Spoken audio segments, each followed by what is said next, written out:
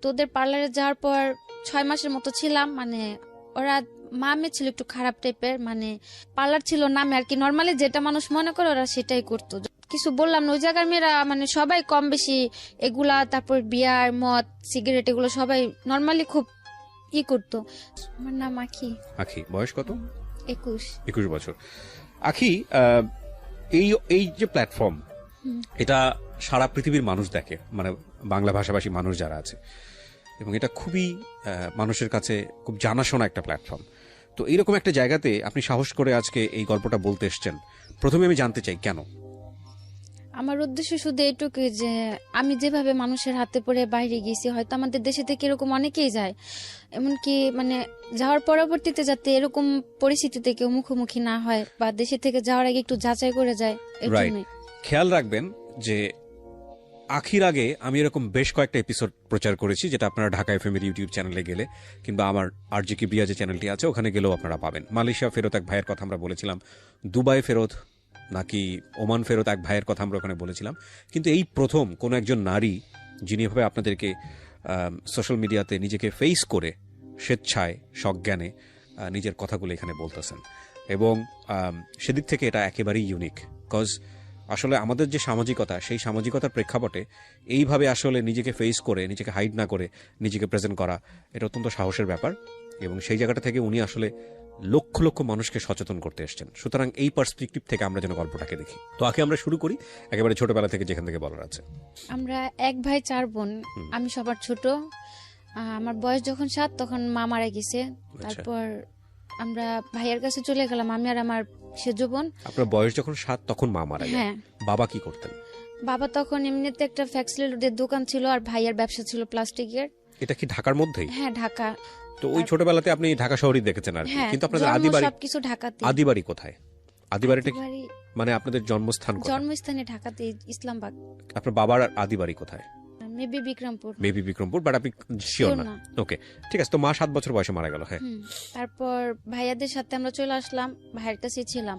তো ভাবিটা আর কি একটু অন্য রকম টাইপের থাকাতে তাদের সাথে আমাদের আর কি সবসময় ঝগড়া থাকতো। তারপর বাবা আমাকে আর আমার বোনকে নিয়ে আলাদা হয়ে গেল। তারপরে 6 বছরের মতো ছিলাম আমরা বাবার সাথে থাকার পর যখন আমার সেজো বোনের বিয়ে হয়ে গেল, তখন বাবা দেখতেছে, তখন আমি ক্লাস 7 বা 8 পড়ি। তখন তারা আমার পক্ষে রান্না বাড়া করা, একটা সংসারের কাজ ধরে রাখাটা সম্ভব না, খুবই ডিফিকাল্ট। হ্যাঁ, তারপরে মানে ফুপু বড়া পড়া সবাই মিলে বাবাকে বিয়ে দিল। তারপরে যখন সৎ মা আসলো, সে খুব ভালো, মানে সৎ বলতে আর কি যা হয়, ভালোর মধ্যেও তো কিছুটা খারাপ থাকেই যায়। তারপরে দেখা যাচ্ছে সবসময় একটু রাগারাগি করতো, আবার মাঝে মাঝে খুব ভালো ব্যবহারও করতো। তারপরে ওনাদের সাথে মানে অত একটা মানে ম্যাচ করা যেত না, উনি আর কি টোটালি সহ্য করতে পারতো না। তখন বাবারে একটু বয়স হয়ে যাওয়াতে ভাইয়ার যে বিজনেসটা ছিল, ভাই ওটার মধ্যে বাবারে নিয়ে গেল। কিসের বিজনেস ছিল? প্লাস্টিকের, মানে যে বোল বালতি হরেক মাল এগুলো আছে না, এগুলা ভাইয়ের নিজস্ব মেশিন ছিল, ওগুলো বানাতো। হ্যাঁ, ওই ইসলামবাগেতে দোকান ছিল, ওটা আর কি মাই তৈরি করে দিয়ে গেছিল। তারপর ওইখানে নিয়ে গেল বাবারে। দেখা যাচ্ছে সবাই মালগুলা দিত, বাবা ওদিকে টাকাতো গুলো আর কি সে নিজে উঠায় আনতো। তো ওইখান থেকে মানে আমার ওটা পছন্দ হইতো না যে বাবা আমার খুব আদর করতো, আর আমি তো সবার ছোট ছিলাম।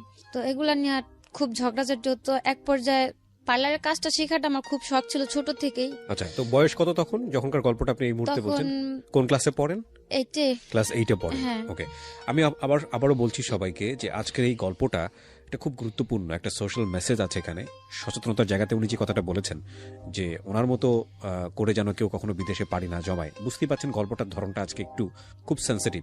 সেই জায়গাটা থেকে আমি বলবো যে টানবেন না, আপনারা না টেনে পুরো গল্পটা শুনবেন কমপ্লিট মেসেজ পাওয়ার জন্য। ওকে, তারপর মানে যখন ভাইদের বাসা ছিলাম, আলাদা হওয়ার আগে থেকে মানে পার্লারের কাজটার প্রতি আমার খুব ইন্টারেস্ট ছিল শেখার জন্য। তো বড় পরে সবাই সবসময় না করতো যে মানে পার্লারের মেয়েদের মেবি সবাই খারাপ কমেন্টস করে, আর আমাদের ফ্যামিলিতে সবাই খুব পর্দা করে, একটু ভালোভাবে চলাফেরা করতে, এর জন্য কেউ আর কি সাপোর্ট করেনি পার্লারের কাজটা শেখার জন্য। তো তারপর আর শেখা হলো না। যখন আব্বা বিয়ে করলো, তাদের সাথে ছিলাম, নিজের মতো করে চলতাম, কখনো বাবাও কিছুতে বাধা দেয়নি, আর আম্মা তো সতই ছিল, সেও কখনো কোনো কথা বলতো না। ক্লাসমেট ছিল, একটা ক্লাসমেটের মা একটা পার্লার নেওয়ার পর ও বললো যে আমাদের এখানে আসলে হয়তো কিছুটা কাজ শিখতে পারবা।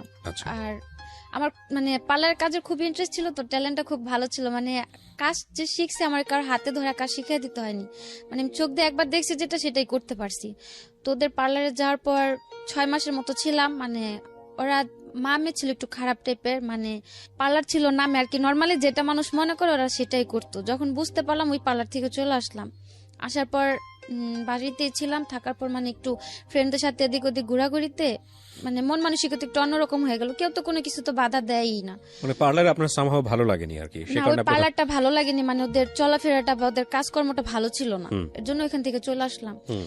তারপর এক রোজার ঈদে নিউ মার্কেটে পার্লারে চুল রিবোল্ডিং করতে গেলাম। ওইখানে একটা আপু বললো যে আপনাদের যদি পার্লারের কোনো মেয়ে জানা থাকে, ফুল বিউটিশিয়ানও যদি হাফ হয় তা তো চলবে, আমাদের এখানে আসলে আমরা কাজ শিখানি। তখন আমার মাথায় কথাটা টাচ করলো যে আমিও তো কিছুটা কাজ জানি, রাইট। আর নিউ মার্কেটে একটা মানে ওইসব জায়গাতে কাজ শিখতে গেলে অনেক টাকার প্রয়োজন হয়, অন্তত পক্ষে 20 থেকে 30 হাজার টাকা অগ্রিম অ্যাডভান্স করতে হয় কাজ শিখতে হলে। আর যেহেতু সে হাফ বিউটিশিয়ান খুঁজতেছে, আমি কিছুটা কাজ জানি, তাহলে আমি এ জায়গায় একটু কথা বলা দেখি। তারপর উনি বললো যে যদি চেনা পরিচিত কেউ থাকে দিতে পারো। তা আমি বললাম যে আমি কাজ জানি, আমারে রাখবেন। পরে বললো কি কি পারো তুমি? আমি বললাম যে দেখা যাচ্ছে আমাদের ওটা তো এলাকার পার্লার আর এটা তো মার্কেট সাইড, আমি কাজ ফুলই জানি, মানে মিথ্যে কথা বললাম যে ফুলই জানি, হয়তো আমার এই জায়গাতে রাখে কিছুদিন কাজ শিখাই দিতে হবে, এই জায়গার সিস্টেমটা করা। তো উনি বললো আচ্ছা ঠিক আছে। তারপর ওই জায়গাতে কাজে গেলাম। প্রথমে আমার 2500 টাকা বেতনে রাখলো, তার 3 মাস পর আমার স্যালারি করে দিল 9000 টাকা। বাহ, মানে আপনার কাজ দেখে। হ্যাঁ, মানে আমি তো বলেই গেলাম যে আমাদের কাজের সাথে তো মিলবে না, তো আমার যেভাবে দেখা দিয়েছে আমি ঠিক সেভাবেই কাজ করছি। তো 3 মাসের মাথায় বেতন ভালো হইলো। প্রায় 6-7 মাসের মতো আমি ওই জায়গাতে কাজ করলাম বেতন বাড়ানোর পরে। বাসা থেকেও কেউ কিছু বলে নাই, যেহেতু ওটা বাইরের এলাকাতে কাজ করতেছি, জি। আর ওইসব জায়গাতে কাজ শেখাটাও ভালো। তারপর যাওয়ার পরে আমার একটা খালতো ভাই ছিল। ওই খালতো ভাই বলতে এদিকে আরেকটা কথা আছে, মানে আমার মার যে বড় বোনটা, ওদের ওই খালার 3টা ছেলের সাথে আমাদের 3 বোনের বিয়ে হয়েছে। ও আচ্ছা। প্রথমে মেজো আপু করছে আর কি, পরে যে আমরা 2 বোন বিয়েটা করছি, বলতে গেলে এটা একটা অ্যাক্সিডেন্ট। মানে হয় না যে মানুষ যে প্রতিনিয়ত একটা কিছুর জন্য দোষারোপ করতেছে, এক পর্যায়ে যে মানুষের মধ্যে কিন্তু একটা জিদ কাজ করে যে না আমি কিছু করতেছি না, তারপরে দোষ হচ্ছে। প্রতিদিনই আমার দোষ হচ্ছে, তাহলে আমি সেই কাজটাই করি। হ্যাঁ। তো আমার সেজো বোনটা আর কি এরকম কিছু একটা, আর আমার ওই বোনটার খুব রাগ, মানে অত্যন্ত পরিমাণে রাগ। ওরে প্রচুর এরকম টর্চার করা হতো যে ওর সাথে কথা বলবে না সেই না, অথচ কিছুই করতেছে না। তো একদিন কথা কাটাকাটি হওয়ার পরে ও চলে গেল ওই খালতো ভাইয়ের সাথে।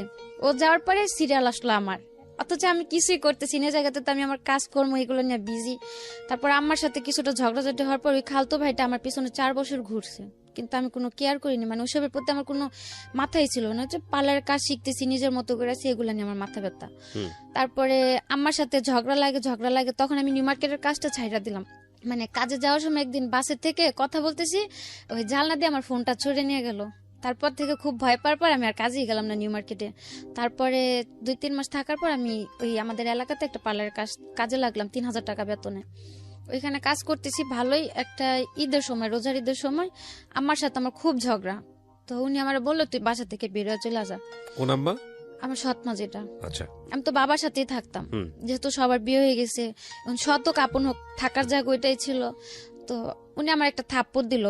তো উনি থাপ্পড় দেওয়াতে বাবা খুব রাগে গেল, আর আমার খুব কষ্ট লাগলো যে আমার মা মারা গেছে, আমি ছোটতে বড় হয়েছে, হয়তো কোনো ভাই বোন বা বাবার হাতে আমি কখনো মার বা গালি কোনোটা খাইনি, বা কেউ আমার কোনো সময় জোর গলে একটা কথা বলেনি। তো উনি একটা থাপ্পড় দেওয়া, তো আমি কিছু বললাম না। তারপর আমি আমার খালতো ভাইটারে মানে বললাম যে দেখ আম্মা আমার লোক এরকম করে। ও আমার বললো কি যে তুই চলে আমি তোরে নিয়ে যাম। মানে ওই সময়টা বিয়ে কি সংসার কি এগুলো তখন মাথায়ও নাই। ও বললো যে তুই চলে আমি তোরে নিয়ে যাম। আমি বললাম কই নিয়ে যাবি? তারপর যাওয়ার পরে ভালোবাসতেন ওকে?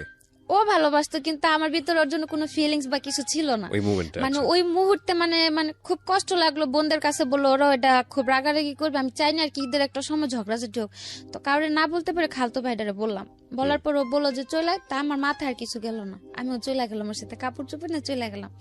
তারপর বিয়ে টিয়ে করলাম, 7 মাসের মতো আলাদা বিয়ে করে ছিলাম। ফেললেন? মানে কাউকে জানালেন না? না, বাবা কেউ না? না কেউ না। ও কাউকে জানায়নি? না, আচ্ছা। ওর ফ্যামিলি থেকে তেমনিতে সাপোর্ট ছিল না, যেহেতু আমার আগে 2টা বোন, 2টা ভাইয়ের কাছে আছে, আমি সিরিয়ালে 3, একটা ফ্যামিলিতে 3টা বোন বা ভাইটা কেউ নরমালি মাইনা নিব না। তারপরে গেলাম আমি ওর সাথে, যেদিন পালায় গেলাম। কত বছর বয়সে বিয়ে করলেন? বয়সটা কত ছিল? কত সালে বিয়ে করেছেন? 14 বছরে হবে। 14 বছর বয়সে? ওর বয়স কত? ওর বয়স ছিল 18 কি 19। বুঝতেই পাচ্ছেন যে খুবই মানে একেবারে টিনেজ বয়সের দুজনের সিদ্ধান্ত। হ্যাঁ, তা আমি 3 মাসের মতো ছিলাম আলাদা, কারোর সাথে যোগাযোগ নেই। হঠাৎ করে জানতে পারলাম যে এরকম এরকম আমার কারণে ওই ভরাপুরে দুলাভাই রেখে চলে গেল। তো ও আর কিছু বলেনি, ও বলছে যে থাক, হয়তো এটা আমার নসিবে ছিল না, থাকেনি, উনি আমার কোনো সমস্যা নেই, তোরা বিয়ে শাদী করছিস, তোরা তোর মতো ভালো থাক, এগুলো নিয়ে কোনো টেনশন করে কিছু নাই। ওইভাবে ছিলাম 7 মাস। 7 মাস থাকার পরে ও এমব্রয়ডারি কাজ করতো। দুজনের বয়সটা যেহেতু কম ছিল আর সংসার জিনিসটাও বুঝতাম না, চলাফেরার একটু প্রবলেম ছিল। ও বললো কি যে মানে তো এমব্রয়ডারি কাজটা একটু মানে খারাপ যায় কুরবানিদের পরে, লাস্ট বছরের লাস্টের দিয়ে। ও তখন ও বললো কি যে তুমি তোমার বোনের কাছে চলে যাও, আমি 3-4 মাস একটু বাইরে সাইডে যা কাজ করি, যদি আমার টাকা টুকা মিলে আমি তোমার আবার নিয়ে এসে পড়ো। তো তখন আমি আবার ওরে বললাম, যেহেতু আমি পার্লারের কাজ জানি, আমি খুব নর্মালি 4-5 হাজার টাকা বেতনে একটা কাজ করতে পারো, আর তুমি যদি 3-4 হাজার টাকা কাজ করে দুজনে চলা হয়ে যাবো, তা আলাদা হওয়ার কিছু নাই। মানে খুব রাগারাগি চিল্লাচিল্লি হইলো। তারপর এক পর্যায়ে আমার জোর করে আপুর বাসায় পাঠাইলো। পাঠানোর পরে দেখা যাচ্ছে যোগাযোগ একই এলাকাতে আছে কিন্তু আলাদা। ওরে যদি আমি বলি যে এভাবে কি থাকা যায়, মানুষ তো খারাপ বলে। আর এ আপু একা থাকে, ও কাজ কাম করতেছে একা থাকে, যেহেতু তোমার ভাইও চলে গেছে, ওর ঘরে বসে খাওয়াটা ধর আমার সম্ভব না। আর ও টাকা টুকাও দিত না, বরং আমি কাজ করতাম, আমার টাকা ওরও লাগতো। তারপরে ও বললো যে দেখো এখন তো আর সংসার করার বয়স না, এটা হচ্ছে একটা স্বাধীনতার বয়স। কে বলছে এটা? আমার হাজবেন্ড। ওকে। এখন এটা হচ্ছে একটা অল্প বয়স, মানে এখন বলতে গেলে আমি স্বাধীন, আর তোমার নিয়ে থাকতে গেলে আমি বন্দী হয়ে থাকতেছি, আমি যা করতেছি তোমার বলতে হইতাছে, আমার মাথায় একটা টেনশন থাকতেছে সবসময়, সংসার এগুলো আমি নিতে পারতাছি না, তুমি থাকো তোমার মতো করে। তারপরে এগুলা হওয়ার পরে ছিলাম আপুর কাছে, থাকার পরে ইন্ডিয়াতে গেলাম। ইন্ডিয়াতে আমার মানে ইন্ডিয়া যাওয়ার সিদ্ধান্ত নিলেন কেন? ইন্ডিয়া যাওয়ার প্ল্যানটা আসলো যে ও নিতে চাইতেছে না, আর এদিকে থাকলো সবার কথা শুনতে হইতেছে, কেউ ভালো বলতেছে, কেউ খারাপ বলতেছে, আবার কেউ এরকম মন্তব্য করতেছে যে 3 বোন বিয়ে বসলাম, 1 বোনের সংসারটা ঠিক আছে, 2 বোনই থাকতে পারলাম না, কি বিয়ে করলাম। তো এক পর্যায়ে মানে বাধ্য হলাম যে আমি এদের মাঝে থাকবো না। তারপরে ওই ভাইয়ের কাছে আমি যোগাযোগ করলাম যে ভাই আমারে যদি পারেন কোথাও পাঠায় দেন একটা বাসা বাড়ির কাজে, আমি যাই। এই ভাইটাকে আপনি চিনতেন কিভাবে? ওই ভাইটারে চিনতাম, ওই যখন আমি নিউ মার্কেটে পার্লার কাজ শিখলাম না, ওই বাসার ওইখান থেকে যাওয়া আসা করতাম, ওইখানে ওনার ক্লাব ছিল। আচ্ছা, কিসের club? Dance club. Dance club. ওখানে কি হতো? মানে উনি নাচ শিখাইতো পোলাপানদের, তারপর যে গায়ে হলুদে বিয়ে বাড়িতে নাচানাচি করে না মেয়েরা যায়, মেয়েরা ছেলেরা ওনার থেকে মানে ওনার সাথে কন্ট্যাক্ট করে লোক পাঠাইতো। তারপরে বাহিরে ও মেয়েরা বাইরে ডান্স করতে যায় না, এগুলো উনি পাঠাইতো। আচ্ছা। তারপর ওনার আমি বললাম যে ওনার সঙ্গে আপনার পরিচয় কিভাবে? পরিচয় কেন? একটা অনুষ্ঠানে গেছিলাম, ওইখান থেকে আর কি পরিচয় হয়েছিল। বিয়ের সাজানোর অনুষ্ঠান, সেই অর্থে পরিচয় হওয়া। পরিচয় হওয়া মানে ওর মধ্যে এমনিতে কথাবার্তা চলতো, ওনাদের বাসায় আমি গেতাম, ওনার মা আমারে খুব আদর করতো। এখানে একটা বিষয় খেয়াল করবেন সবাই, আমরা গল্পের ব্যাকগ্রাউন্ডে আছি যে কেন উনি বিদেশ গেলেন। উনি যে ঘটনার মধ্য দিয়ে আগাচ্ছেন, এরকম ঘটনা অনেকেরই আছে। হ্যাঁ, সো এই ঘটনাগুলোকে নিয়ে ওনাকে ক্রিটিসাইজ করার দরকার নাই বা ওনার দিকে আঙুল তোলার দরকার নাই। আমাদের মূল জায়গাটা হচ্ছে, গল্পটা বোঝানোর জন্য আমরা ব্যাকগ্রাউন্ডে আছি, মূল জায়গাটা হচ্ছে যে কোনো পরিস্থিতিতে পড়েই আপনি বিদেশ চান না কেন, সেই বিদেশ যাওয়াটা সিস্টেমেটিক আছে তো, বা বিদেশ যাওয়ার পরে আপনি যে অভিজ্ঞতার মুখোমুখি হচ্ছেন, এটা কি আপনার কারণেই হচ্ছে, এই জায়গাগুলো ফোকাস করবেন। ঠিক আছে? সো দয়া করে সবাই ওনার দিকে অঙ্গুলি নির্দেশ করবেন না। হ্যাঁ, ওকে। হ্যাঁ, বলেন। তো ওর সাথে শেয়ার করলেন যে আমি কি করা যায়। তারপর ওনারে আমি বললাম যে ভাইয়া আমার বাইরে পাঠা দেন, আমি চলে যাম। উনি আমার অনেক বুঝাইলো যে তোমার বয়সটা এখনো বাইরে যাওয়া। বাইরে কেন যাবেন আপনি? আপনার মাথায় কেন আসলো বাইরে যাওয়ার? মানে আমি যে মানুষের এত কথা মানে নিতে পারতেছিলাম না, যে আপুরাও কেউ সাপোর্ট করতেছে না। মানে দেশের বাইরে কথা বলেছেন নাকি ইন্ডিয়া যাওয়ার কথা বলেছেন? ইন্ডিয়া যাওয়ার কথা আপনি বলেছেন? না, ওই ভাই বললো যে ইন্ডিয়াতে যাও। আপনি ওনাকে ফার্স্ট কি বলেছেন? যে আপনি যে কোনো একটা জায়গাতে একটা ভালো পরিবেশে আমরা পাঠালেই হবে। এটা কি দেশের বাইরে? হ্যাঁ। তো উনি যে দেশের বাইরে লোক পাঠাতো আপনি জানতেন কিভাবে? হ্যাঁ, ওই যে ওনাদের বাসায় আমি যাওয়া আসা করতাম, বাসা ছিল ওনাদের 2 তলা, ফ্যামিলি সবাই থাকতো, নিচতলা ওনার ক্লাবটা ছিল। ওখান থেকে মেয়েরা বাইরে যাইতো ডান্সের জন্য, যে যেভাবে যাইতে চাইতো সে ওইভাবে পাঠাতো। আচ্ছা। তো ওইভাবে আমার তারে বলা যে ভাই আমি তো ডান্স পারি না যে আমার ক্লাবে পাঠাবেন, আমার একটা বাসা বাড়ি বা যদি কোনো একটা ভালো কাজে পারেন আমার পাঠান। তো উনি আমার বুঝাইছিল যে যাওয়ার দরকার নেই, সবার বাইরের লাইফটা শুট করে না, তো তুমি যাও না। বললাম যে ভাই আপনি তো পাঠাবেন, আর আপনি যদি আমার এত আদর করেন, আপনার উপর আমার অতটুকু বিশ্বাস আছে, আপনি আমার খারাপ কোথাও পাঠাবেন না। তো ঠিক আছে, উনি বললো যে আচ্ছা ঠিক আছে। যেদিন বললাম তার বিকেল আমার বলতেছে কি তুমি চলে আসো, শুধু একটা 3 পিস নিয়ে একটা কাপড় নিবা, বেশি কিছু না নিয়ে আসো। আমি বললাম আমি কই যাম, বললো যে তোমার বাইরে পাঠাও। তা আমি পুরা মানে অনেকটা আজও বললাম যে একদিনের মধ্যে কি কেউ বাইরে যাইতে পারে? উনি বললো যে পাসপোর্ট করা ছিল, আমার আগে থেকে পাসপোর্ট করা ছিল। বললো তো, বলার পর আমি আর বেশি কিছু বললাম না। বাসা যে আপুটার কাছে ছিলাম, যেমন আমার 3টার দিকে বের হইতে বলছে, আমি 2:30টার দিকে ওরে ফোন দিয়ে বলছি যে এরকম এরকম আমি বাইরে চলে যাম। তখন আমি জানি না আমি কোন দেশে যাচ্ছি বা কি কাজে যাচ্ছি, কি আসে বিষয় জানি না।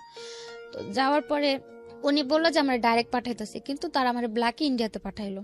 আপনাকে বললো যে আপনি ইন্ডিয়া যাচ্ছেন? হ্যাঁ, আমি রাস্তাতে জানতে পারলাম, যাওয়ার পথে জানতে পারলাম যে আমার ইন্ডিয়াতে পাঠাইতেছে। মানে আপনার তখন- জীবনটা এত সহজ মনে হয়েছে আপনার কাছে? আপনার বয়স কত তখন? 15-16 হবে। 15-16 বছরের বয়সের বাচ্চার কাছ থেকে, তো বাচ্চাই, শিশুই বলা চলে, টিনেজ বয়সের একটা মেয়ের কাছ থেকে এত কিছু এক্সপেক্ট করানো আমাদের উচিত হবে না। খেয়াল রাখবেন, দিস ইজ দ্য রিয়েলিটি। এবং জীবনে কখনোই মানে আমার জীবনে যা ঘটে গেছে পুরো দুনিয়াটাই এরকম, এভাবে জাজ করার কোনো দরকার নেই। ও যা করেছে 15 বছর বয়সে, বা ওর জীবনে যেটা হয়েছে সেটা যে আরেকটা 15 বছর মেয়ের জীবনে হবে না, সেটাও মনে করার কোনো দরকার নেই। এখানে খেয়াল রাখবেন, এটা ওর জীবনের জন্য সত্য। যে কোনো ঘটনাই হোক না কেন, যেটাই হোক না কেন, ও দেশের বাইরে যাওয়ার জন্য ট্রাই করেছে, যার মাধ্যমেই হোক না কেন। সেটা সে ভুল করেছে না শুদ্ধ করেছে, সেই জাজমেন্টে যাওয়ার দরকার নাই, কারণ এরকম ব্যাকগ্রাউন্ড অনেকেই আছে বাংলাদেশে। ঠিক আছে, ওর ফ্যামিলির সাপোর্টটাও ছিল না, এগুলো আমাদেরকে চিন্তা করতে হবে। ওকে, তো আপনাকে যাওয়ার পথে বললো যে আপনি ইন্ডিয়া যাচ্ছেন। তো ইন্ডিয়াতে গিয়ে আপনি কি করবেন? মানে তখন তো আমি মানে বললাম যে আমি তো ইন্ডিয়া যাওয়ার কথা বলিনি। বাংলাদেশ আর ইন্ডিয়া কতটুক দূর? আর কেউ কি কাজের জন্য বা টাকার সন্ধানে কি কেউ ইন্ডিয়াতে যায় নাকি? আর সবচেয়ে বড় টার্গেটটা ছিল মানে তখন আর কি ভাবতাম কি মানে আমি তো সবার ছোট, আর কেউ তো ভালো মন্দ দিয়ে একটা পরামর্শ দিত না। মানে আমার কাছে খুব খারাপ লাগতো যে মানে আমি কি একটা ফ্যামিলিতে আসলাম যে আমার কেউ একটা সাপোর্ট করে না, বা আমার পাশে এরকম দাঁড়ানোর মতো কেউ একটা নাই। আর তার মধ্যে একা একা একটা বিয়ে করলাম খালতো ভাই, ও বিয়ের আগে এতটাই পাগল ছিল আমার জন্য, মানে কেউ যদি আমার একটা গালি দিত মনে হতো কি গালিটা কেউ আরে দিতেছে। ওকে, বিয়ের পরে সব উল্টা হয়ে গেল। হ্যাঁ, তো আর কি ওইভাবে যাওয়া। তারপরে তা ভাবলাম যে থাক, ইন্ডিয়াতে যাইতেছি যাই, আমি তো টাকা দিয়ে যাইতেছি না। ও বলছিল কি যে ইন্ডিয়া থেকে আপনি কি করবেন?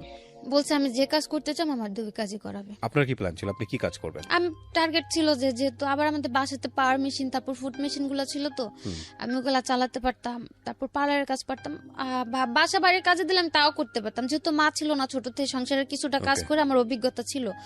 তো আমার উদ্দেশ্য ছিল যাই আমি করতে পারবো, আল্লাহ হোক সেটা সেলাই মেশিনের কাজ বা হোক পার্লারের কাজ। সেটা ইন্ডিয়াতে কি করার দরকারটা কি? এটা তো বাংলাদেশেই করা যায়। সেটা তার আমি প্রথমে বুঝতে পারিনি আমার যে ইন্ডিয়াতে পাঠাইতেছে। আমি তো যাওয়ার পথে মাঝ পথে জানতে পারলাম, আর ওইখান থেকে ব্যাক আসা আমার পক্ষে পসিবল না। তো গেলাম, যাওয়ার পরে যে ওর সাথে ছিল আপনার? আমার সাথে আরেকটা মেয়ে ছিল। ও জেনে শুনে যাচ্ছিল ও নাকি? যাওয়ার পথে আমারে বললো যে মানে ও কোন টাকা যাইতেছে 1 সপ্তাহের জন্য, মানে খারাপ কাজের জন্য। তা মানে আমি ভাবলাম যে থাক, তারা তো বলছে যে যে কাজের জন্য যায় ওই কাজের জন্যই যায়, যার যার ব্যক্তিগত ব্যাপার। তা আমি ওটা নিয়ে মানে মাথা বেশি করলাম না।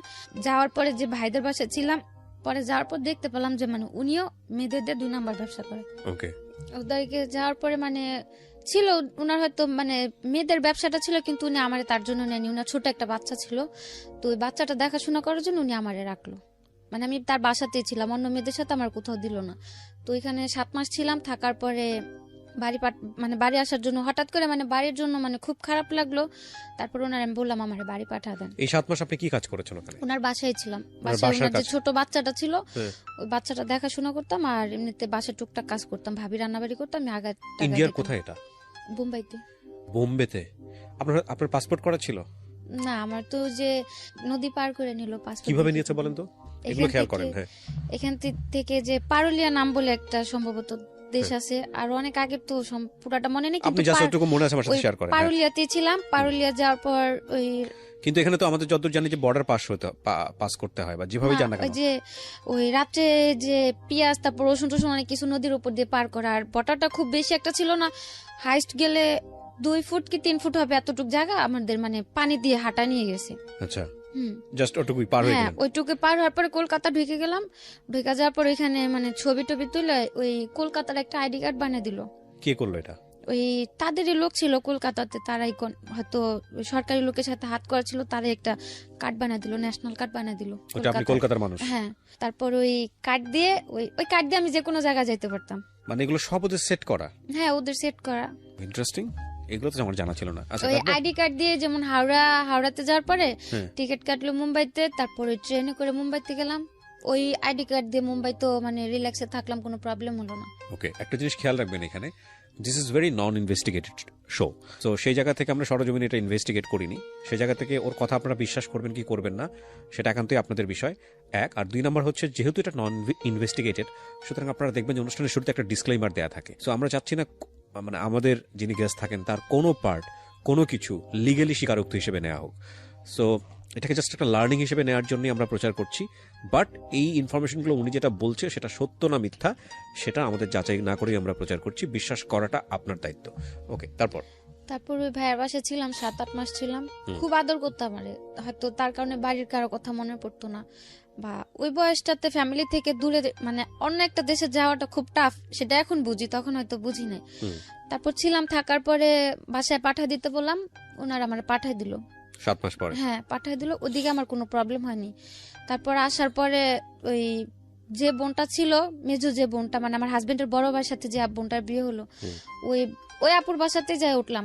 ওই বাবার বাসাতে যে পালাই গেলাম, তারপর থেকে আর বাবার বাসা আমার মানে হয়তো এমনিতে দেখা সাক্ষাৎ করতে গেছি, আজ পর্যন্ত ওই বাসায়, হ্যাঁ ওই বাসায় আজ পর্যন্ত এক রাত কাটাইনি, আজও পর্যন্ত না।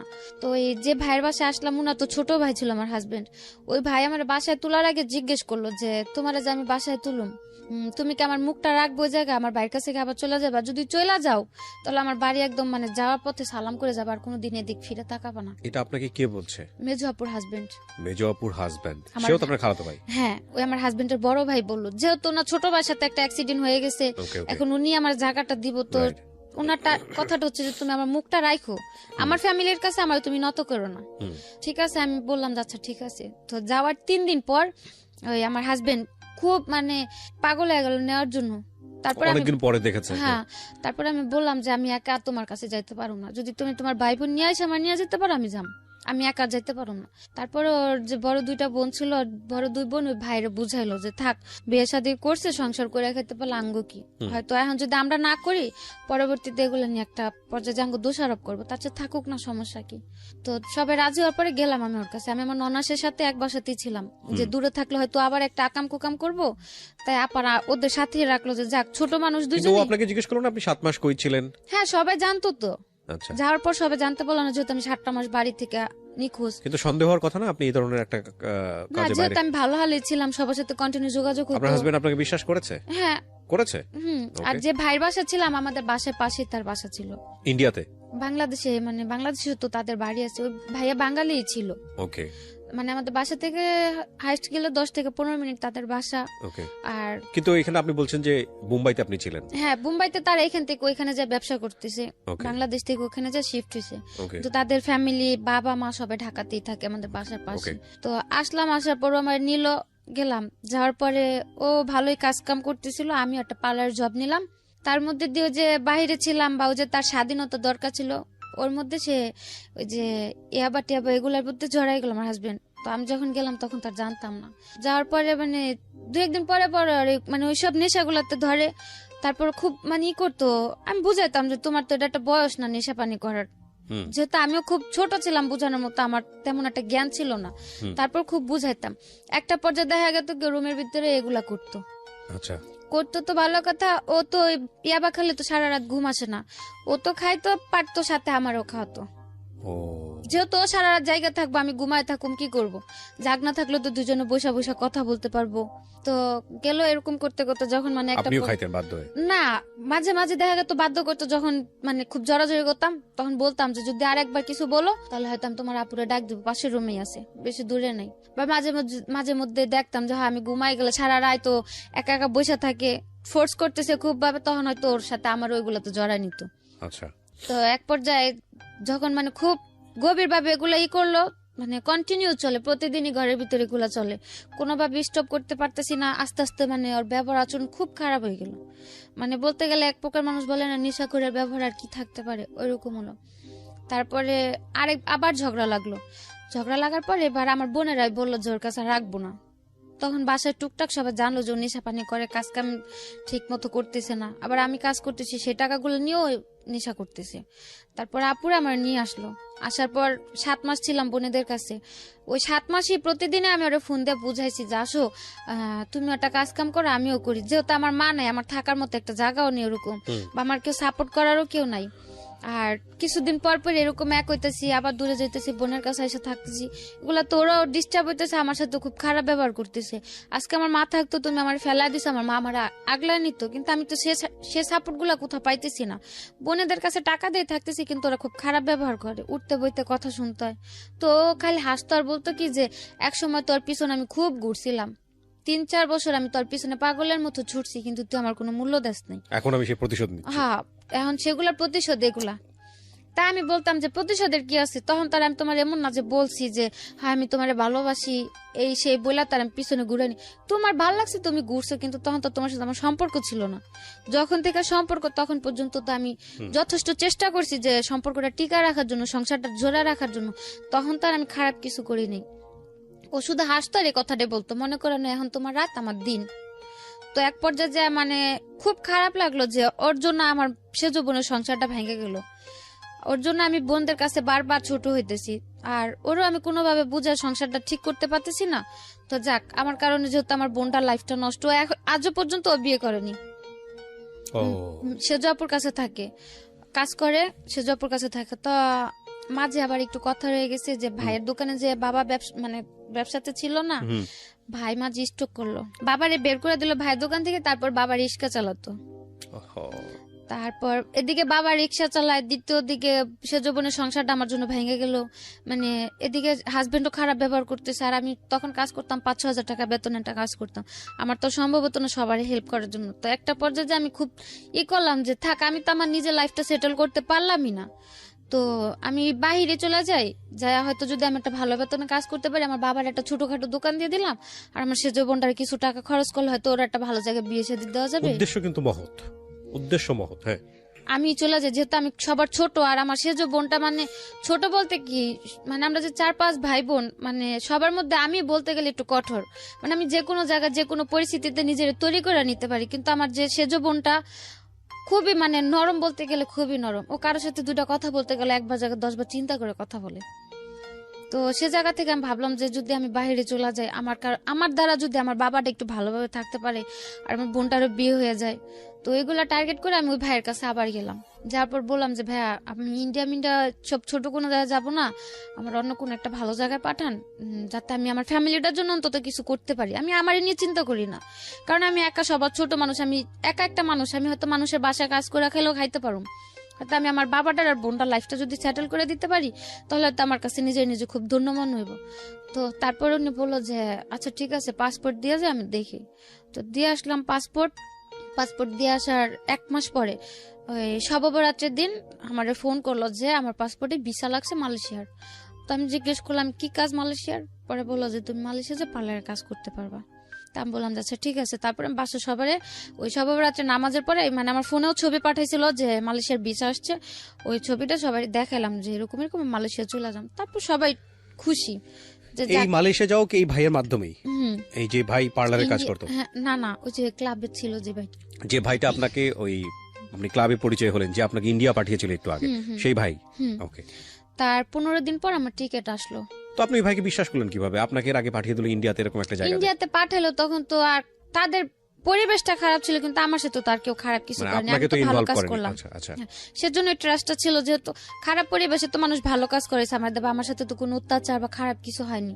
ওই বিশ্বাসে আমি বললাম যে ভাই আপনার আবার কোথাও পাঠায় দেন, কিন্তু আমি ইন্ডিয়া এসব জায়গা কোথাও যাব না। ওকে। পরে ভিসা আসলো 2017 জুনে। আপনি টাকা দিয়েছিলেন? না, আমার কোনো টাকা লাগে টাকা ছাড়াই ভিসা? হ্যাঁ। কোথায়, কোন দেশে? মালয়েশিয়ার। মালয়েশিয়াতে। ওকে। পাসপোর্ট করা ছিল আপনার? হ্যাঁ, পাসপোর্ট আমার করা ছিল। তারপর ওই 18 তারিখে বললো যে জুনের 1 তারিখে প্রথম ফ্লাইটটা ছিল, জুনের 1 তারিখে। পরে আমার ফোন দিয়ে বললো যে এরকম জুনের 1 তারিখে তোমার ফ্লাইট, হ্যাঁ তোমার শপিং টপিং কিছু করা লাগলে তুমি করে নাও। তা আমি বললাম যে আমি শপিং করবো, আমার কাছে টাকা টুকা নেই, যদি কিছু নিতে হয় ওনাদের বলেন আমার টাকা দিয়ে নিতে, আমি যাওয়ার পর কাজ করলে আমার বেতন কাইটা রেখে দিব। কিসের কাজ ছিল? বলছিল পার্লারের কাজ। পার্লারের কাজ। ওকে। তারপরে আমারে 10,000 টাকা দিছিল, তো যাওয়ার জন্য আমি একটা লাকেজ বা টুকটাক কিছু শপিং করলাম যে যাওয়ার জন্য। তারপর 1 তারিখে ফ্লাইট ছিল, 1 তারিখে আমি বেরোলাম। আমারে বললো মানে 9টা ফ্লাইট ছিল, অন্তত 3 ঘন্টা আগে তো এয়ারপোর্টে যে উপস্থিত থাকতে হয়। তো তারা আমারে বললো কি যে 7টার দিকে তুমি রুম থেকে বেরোবো। তো 7টার দিকে বেরোয় তো আর ওই 9টার ফ্লাইটে যা পৌঁছানো সম্ভব না, রমজানের মাস, রাস্তাঘাটও মানে ট্রাফিকে প্রবলেম থাকে। তারপর অর্ধেক পথ যাওয়ার পরে তারা বললো যে তুমি যা পৌঁছাতে পারবে না, টিকিট এটা ক্যান্সেল হয়ে গেছে, তুমি বাসায় চলে যাও, আবার অন্য কোনো মানে ফ্লাইটে যেতে হবে। ফ্লাইটে যেতে হবে, অন্য কোনো ভাবে টিকিট করতে হবে। তারপর যাওয়ার পরে জুনের 18 তারিখ আমার কনফার্ম ফ্লাইট হলো। 2017। হুম। তারপর 2017-তে জুনের 18 তারিখে আমি মালয়েশিয়াতে গেলাম। যাওয়ার পর 2-3 দিন রেস্ট করতে দিল। যাওয়ার পরে কোথায় উঠলেন? যাওয়ার পর যে ভাইয়ারা নিল তাদের বাসায় নিয়ে গেল। বাঙালি? হ্যাঁ। আচ্ছা। তারপর ওনাদের বাসায় গেলাম। যাওয়ার পরে আমি গেছিলাম, আমার সাথে আরো 2টা ফ্যামিলি, মানে আমার তো টুরিস্ট নিছিল প্রথমে। তারপর গেলাম, যাওয়ার পর আমার মানে টুরিস্ট নিল, আমার যেমন আমার ওয়াইফ বানালো, আমার সাথে আরেকজনের হাজবেন্ড বানালো, এরকম ভাবে 3টা ফ্যামিলি গেলাম আমরা। আপনাকে ওয়াইফ বানিয়েছে, আরেকজনকে হাজবেন্ড বানিয়েছে? হাজবেন্ড মানে হাজবেন্ড ওয়াইফ হানিমুন ভিসাতে, মানে টুরিস্টে ঘুরতে যাইতেছি। ওকে। ওইভাবে করে নিল। এই কার্ড বের করেছে, কাবিননামা টামিননামা এগুলো বের হ্যাঁ, করেছে? ওনারা এই সবগুলো বের করে নিছে। ওরাই বের করে দিয়েছে? হ্যাঁ। আমার কিচ্ছু করতে নেই, শুধু আমি পাসপোর্ট জমা দিলাম আর মালয়েশিয়া চলে গেলাম। আর মাঝে যে কাজগুলো ছিল ওই কাবিননামা, তারপরে ওই হোটেল বুকিং টুকিং, এগুলো তো শো করতে হয় এয়ারপোর্টে, যে হানিমুনে যাইতেছি, কোথায় যে উঠবো, এগুলো তো শো করতে হয়, তারপরে টাকাও শো করতে হয়, ওগুলো সব তারাই করলো। তো আপনি বলতেছিলেন না যে এগুলো যে 2 নাম্বার, এগুলোর কোনো প্রকার কোনো বিপদ হবে কিনা? না, ওনারা বলছে যে মানে নরমালি কাজের, মানে মেয়েদের কাজের জন্য নরমালি মালয়েশিয়ার কোনো ভিসা নাই, মানে যে যেমন সৌদি আরব অন্যান্য রাষ্ট্রে যেমন মানে টুরিস্ট ভিসাতে যাবে, তারপরে হ্যাঁ, গিয়ে তারপরে যা করার তারপরে যদি ভালো কাজ হোক খারাপ কাজ, ওটা যার যার সিদ্ধান্ত। হ্যাঁ, যেমন লোকের কাছে যা পাবে সে তেমন কাজ করব।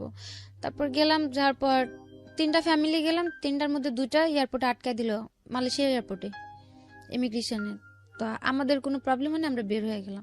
ইমিগ্রেশন পার হয়ে যখন এয়ারপোর্ট থেকে বের হবো, ওই এয়ারপোর্টের 2টা এমনি লোকাল পুলিশ ছিল, ওই পুলিশগুলো মানে আমার সাথে যে ছেলেটা ছিল, ছেলেটা জিজ্ঞেস করলো যে ইংলিশে জিজ্ঞেস করলো যে তোমাদের এজেন্ট আছে? ও কিছুই বুঝলো না, কিন্তু ঠাস করে বলে দিল যে ইয়া এজেন্ট। তো পুলিশ ভাবলো কি যে মানে সম্ভবত এজেন্ট আছে, আমাদের দুজনকে নিয়ে সাথে সাথে পুলিশের গাড়িতে তুলে দিল।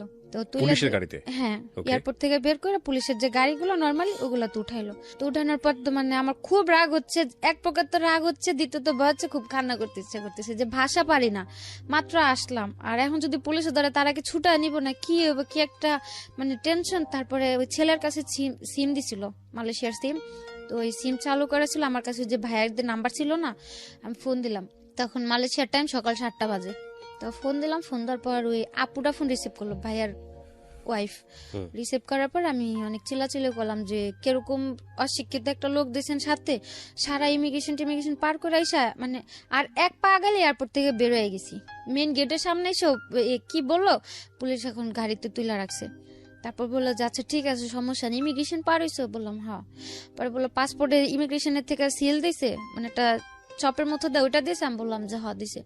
তাহলে আর কোনো সমস্যা নেই, ওটা তোমাকে নিয়ে এমনি ঘুরে আগে ছাইড়া দিব, তোমাকে জেলে আর ঢুকাইতে পারবো না, কিচ্ছুই না, রাগারাগি কোনো নর্মাল থাকো, মানে দেখা যাতে বুঝতে না পারে যে তোমরা ভয় পাইতেছো বা কিছু একটা। তো বললাম যে ঠিক আছে। তো 1 ঘন্টা 1.5 ঘন্টা মতো ঘোরাঘুরি করার পর যে এজেন্টের মাধ্যমে আমরা গেলাম, মানে সাথেও একটা লোক ছিল আমাদের, ওই লোকটা তারপর ওই মালয়েশিয়ার রিঙ্গিত 4000 রিঙ্গিতে আমাদের দুজনের ছুটা নিল এয়ারপোর্ট থেকে ঘুষ দিয়ে। তারপরে বাসাতে গেলাম, যাওয়ার পরে ওই দিন আর কিছু হয়নি, সকালবেলা আমি ফ্রেশ হয়ে রেস্ট করলাম, যেহেতু 2-3 দিনের জার্নি। তারপর ছিলাম গেল 1 সপ্তাহের মতো রেস্ট করলাম। রেস্ট করার পরে ওই আপুর সাথে কথা বলতে বলতে একটু ফ্রি হলাম।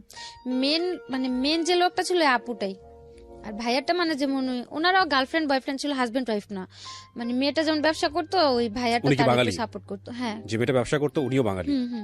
তো আমি বললাম যে আপু 1 সপ্তাহ হয়ে গেছে, তো আমার কোথায় কাজে দিবেন বা কি, কিছু তো বললেন না। পরে বললো থাকতে থাকো, তোমার তো সমস্যা নেই, তুমি থাকতে থাকো, সময় হলে আমরাই তোমার কাজে পাঠাম। তো আমি আর কিছু বলিনি, ভাবলাম হয়তো যেহেতু বললাম সে পার্লারের কাজ, হয়তো যে প্রসেসটা আমার কাজে দেবে ওই জায়গাটা খালি নাই। ওই একদিন রাত্রে আমার বলতেছে যে তুমি রেডি হও, তোমার কাজে যাইতে হবে। তা আমি বললাম যে রাত্রেবেলা আমি কিসের কাজে যাব? পরে বললো যাও।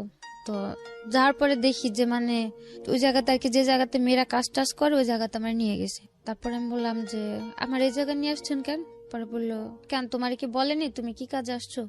আমি কো আপু তো আমি যে আজকে 1 সপ্তাহ 2 সপ্তাহ ধরে ঘরে আছি, আপু আমার একবারের জন্য বললো না যে আখি তুমি এই কাজটা করবা, বা আমার দেশেতেও তো বইলা পাঠালাম পার্লারের কাজ করবো, তো এটা আমার কি জায়গাতে নিয়ে আসলেন? পরে বলতেছে এটা message centre. Massage centre. Okay. তো আমি বললাম মেসেজ সেন্টার, তো আমি তো মাসাজ টাসাজ করতে পারি না, পার্লারের কাজ জানি, আমার মাসাজ সেন্টার আনবে কেন?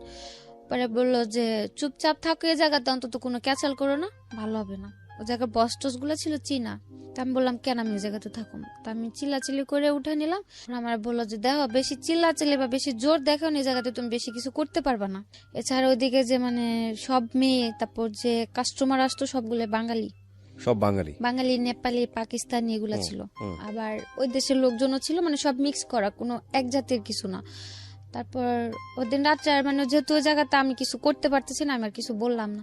পরে বাসা আসার পর খুব চিল্লাচিল্লি করলাম যে আমার তো এগুলা বলে নাই বা আমি এগুলো করুম না, আমার দেশে পাঠা দেন, আমি এগুলোর জন্য আসিনি, আমার বাড়ি পাঠা দেন।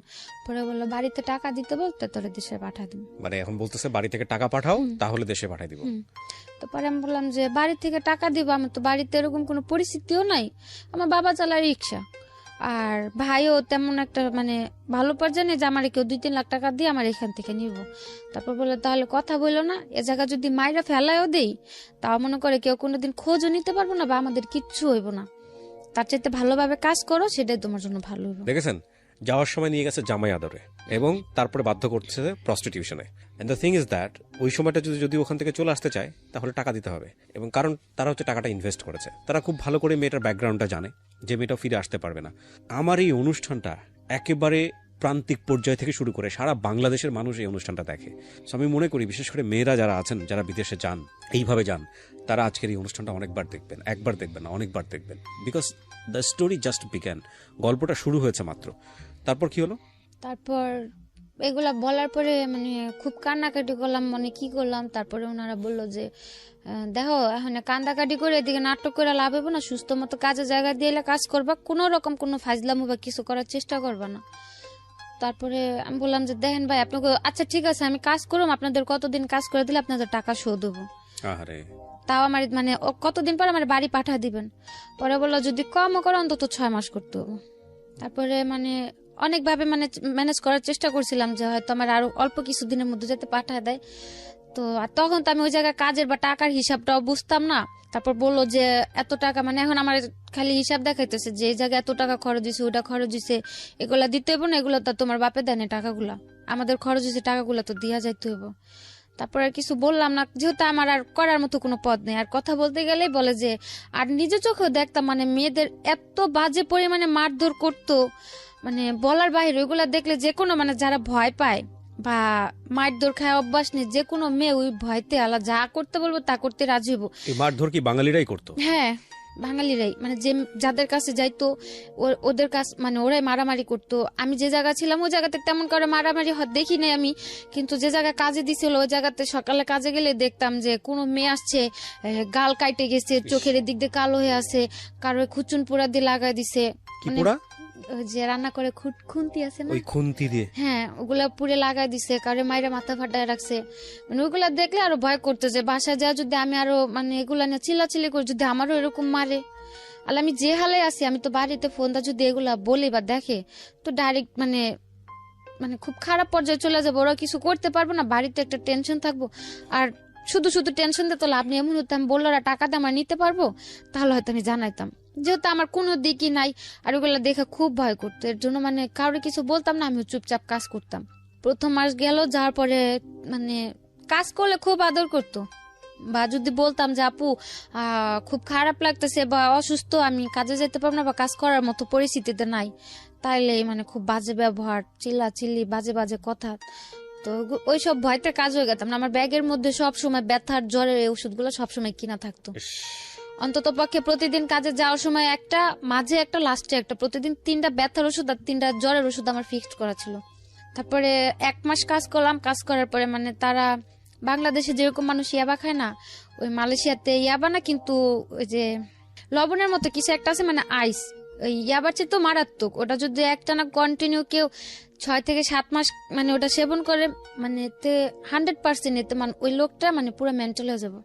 এগুলো খাওয়াতো? হ্যাঁ, ওইগুলো ওনারা খাইতো, মানে ওইগুলা খাইলে মানে প্রচুর পরিমাণে কাজ করা যেত। আচ্ছা, মানে কোনো ব্যথা বা কোনো খারাপ লাগা বা কোনো ফিল আসতো না, কিন্তু কাজ করা যেত প্রচুর পরিমাণে। সো আপনাকে এগুলো খাওয়াতে বাধ্য হ্যাঁ, করতো? তারপরে ওনারা বললো যে এটা খায়া দেখো, তোমার কাজ করতে সমস্যা হবে না, এটা ভালো এই সেই। তারপরে কিছু বললাম না, ওই জায়গার মেয়েরা মানে সবাই কম বেশি এগুলা, তারপর বিয়ার, মদ, সিগারেট, এগুলো সবাই নর্মালি খুব করতো। তো এগুলাতে কিছুতে জড়িত ছিলাম না। তারপরে ওটা একদিন করলো, তারপরে ট্রাই করার পর দেখলাম যে হ্যাঁ এটা খায় তো কাজ করলে কোনো রকম কোনো রিয়াকশন হচ্ছে না শরীরে, বা মানে ওনাদের গালিও শুনতে হইতেছে না, আমার কাজ হইতেছে, আমি তো বাড়িই চলে যাম, আমি বেশি কাজ করতে পারলাম আর আরো জলদি দেশে পাঠিয়ে দিব।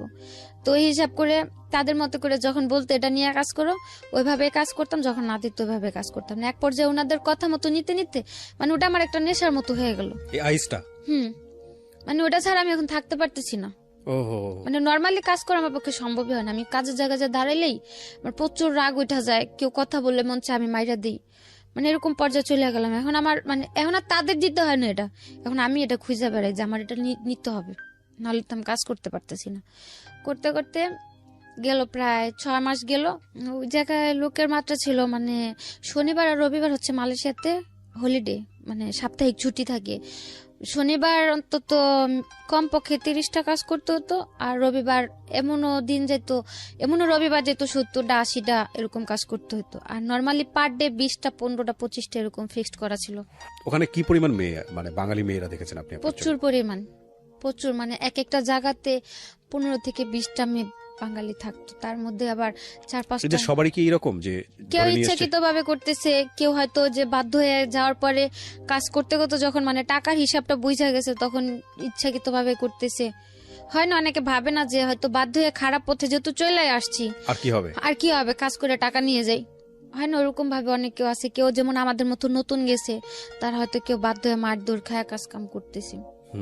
তারপর যারা এজেন্ট ছিল এজেন্টেরাও কিছু কিছু এজেন্টেরাও কাজ করতো, মেয়েদের দিয়েও কাজ আপনি করে। এই ছেলেটাকে ফোন দিলেন না, যে বাংলাদেশে যে ছেলেটা আপনাকে পাঠালো, ওকে ফোন দিয়ে বললেন না যে তুমি আমাকে জেনে শুনে এখানে কেন ওনার পাঠালে? আমি বলছি, উনি বললো যে আমার এগুলা বলে নাই।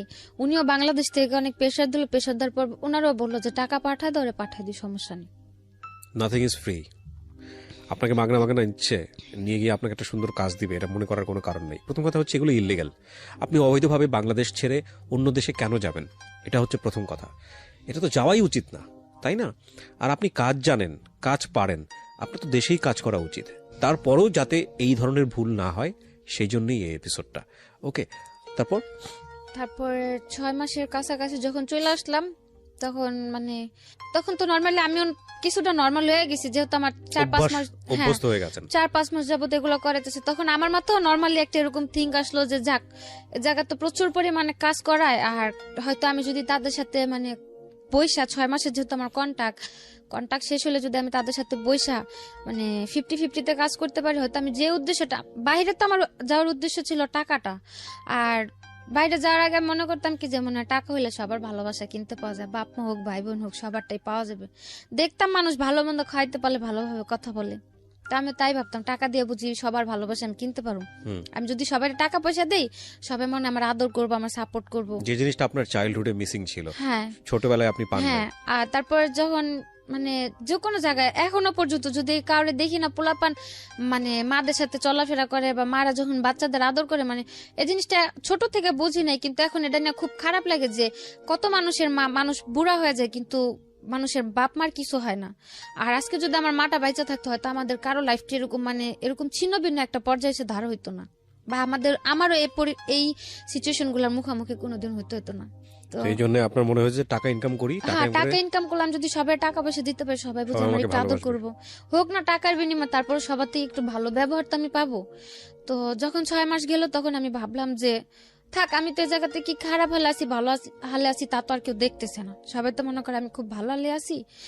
তো ওনাদের সাথে একটা বসে আন্ডারস্ট্যান্ডিং এ যা দেখি যদি আমার টাকা টোকা দিয়ে কাজ করা যায়, আমি আর কিছুদিন কাজ করে বাবার একটা দোকান দিয়ে দিই, আর বোনের জন্য কিছু টাকা ক্যাশ করা আমি বাড়ি চলে যাম।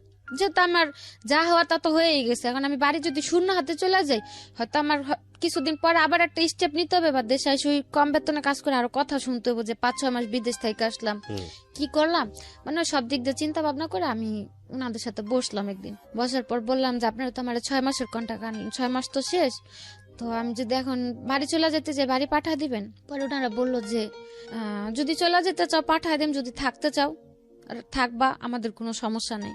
আর যেহেতু আমি ভয়ে কাজ করতাম ওনাদের, তারা আমার কোনো টর্চার করতে হয় না বা খারাপ কোনো ব্যবহার ওনার আমার প্রতি কখনো যায়নি, আর আমার খুব আদর করতে এই কারণে মানে আমার যে জায়গায় কাজে দিছিল ওই জায়গায় কেউ বলতো না আমি যে বাঙালি, কালো হাতে সবাই মনে করতো কি ইন্ডিয়া, তো তো এই কারণে মানে প্রচুর কাজ হইতো, আর কাজের জায়গায় সবাই অনেক আদর করতো, বস টস যারা ছিল, এই কারণে আমার ওই এজেন্ট গুলো আমার খুব আদর করতো। ওনারাও মানে ওই 6 মাস আমার সাথে ওরকম ভাবে ছিল যাতে আমি 6 মাস পর থাকতে রাজি হই। তারপরে ওনারা খুব আদর করতো, মানে ওনারা আমার এরকম ভাবে রাখছে বা বুঝাইছে যে তুমি যদি থাকো ভালোভাবে থাকবা, এটা সেটা। বা আমিও ছিলাম, দেখলাম তো ভালোই, তারপরে আমি আবার রাজি হলাম যে ঠিক আছে। আপনাদের যে এই ধরনের কাজের মধ্যে জড়িয়ে গেছেন বা করাচ্ছে সবাই, আপনাদের নিয়মিত মেডিকেল চেকআপটা করা হতো, ডাক্তারি চেকআপটা করা হতো? না করানো হতো না, ওদিকে ওরকম ভাবে কোনো কাজ করাইতো না, যে মানে কোনো স্বাস্থ্য পরীক্ষা যেটাকে বলে, হ্যাঁ এগুলো করানো হতো না? না না। এগুলো তো এক ধরনের মানে মৃত্যুকূপ যেটাকে বলে।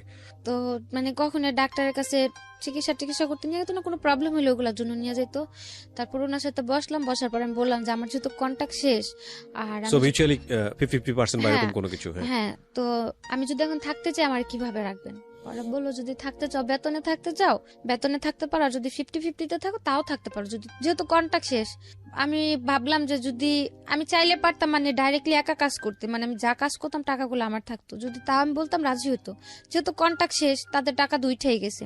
তা আমি ভাবলাম যে ওই জায়গাতে তো কাজ করতাম, পুলিশের যে প্রবলেমগুলো হতো দেখতাম, তা আমি ভাবলাম যে আমি যদি একা কাজ করি, আমার তো পুলিশে যদি একটা প্রবলেম হয়েও যায় আমার তো কেউ সেফটি করবো না।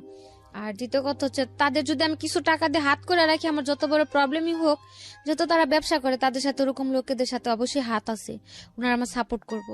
তারপর আমি বললাম যে ওগুলা ভাইবা, আমি বললাম আমি 50-50 কাজ করুম, যদি আমার পুলিশ টুলিশ ধরে বা কিছু করে ওইগুলো আর সাপোর্ট দিতে হবে আপনাদের। পরে বললো যে ঠিক আছে, যদি পুলিশ ধরে নিয়ে যায় ছুটায় আনতে যা টাকা লাগবে তাও তুমি অর্ধেকটা দিবা, আমরা অর্ধেকটা দিই। তা আমি বললাম আচ্ছা ঠিক আছে। তো ওইগুলো ওইভাবে কথা বলার পরে মানে কন্ট্যাক্ট শেষ হওয়ার পরে ও কন্ট্যাক্টের মধ্যে আমার আবার আরেক জায়গায় বিক্রি করে দিল।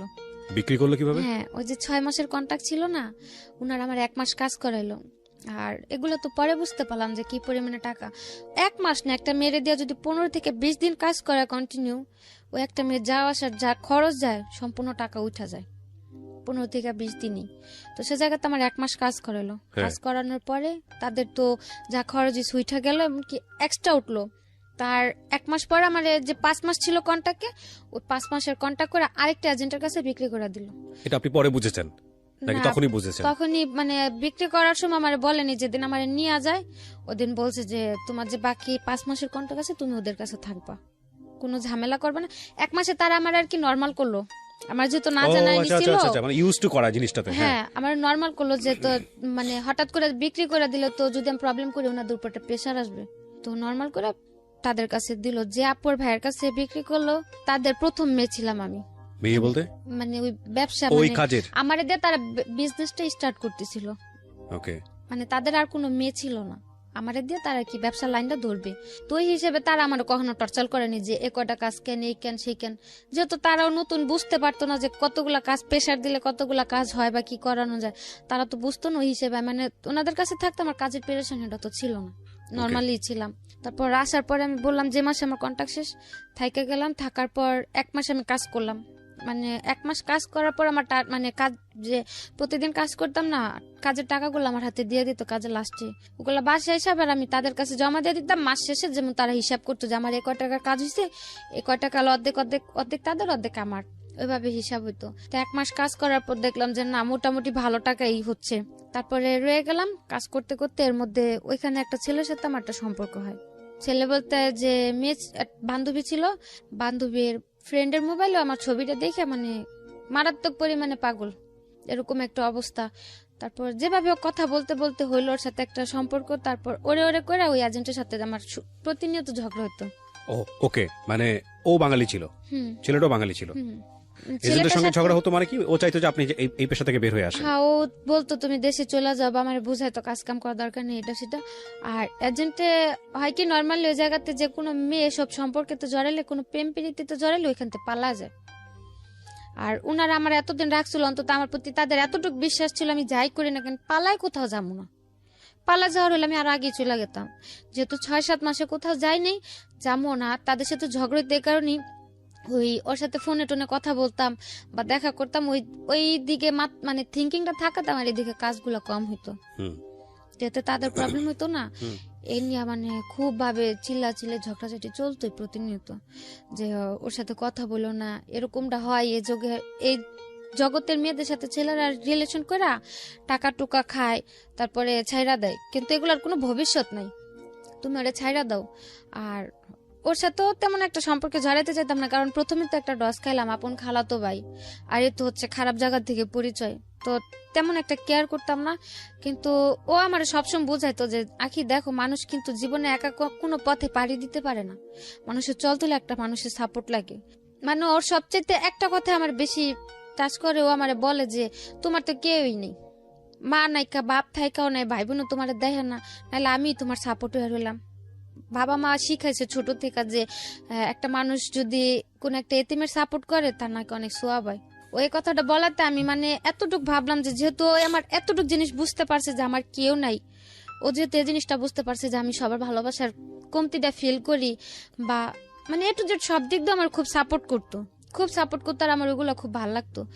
তো যাক গেল, তার সাথে মানে তো ঝগড়াঝাটি করতে করতে 3 মাস সম্পর্ক চলার পরে তারপর 3 মাস চললো, 3 মাসের মধ্যে টুকটাক ঝগড়াঝাটি হলো। 18 ওকে কি আপনি বিয়ে করছিলেন?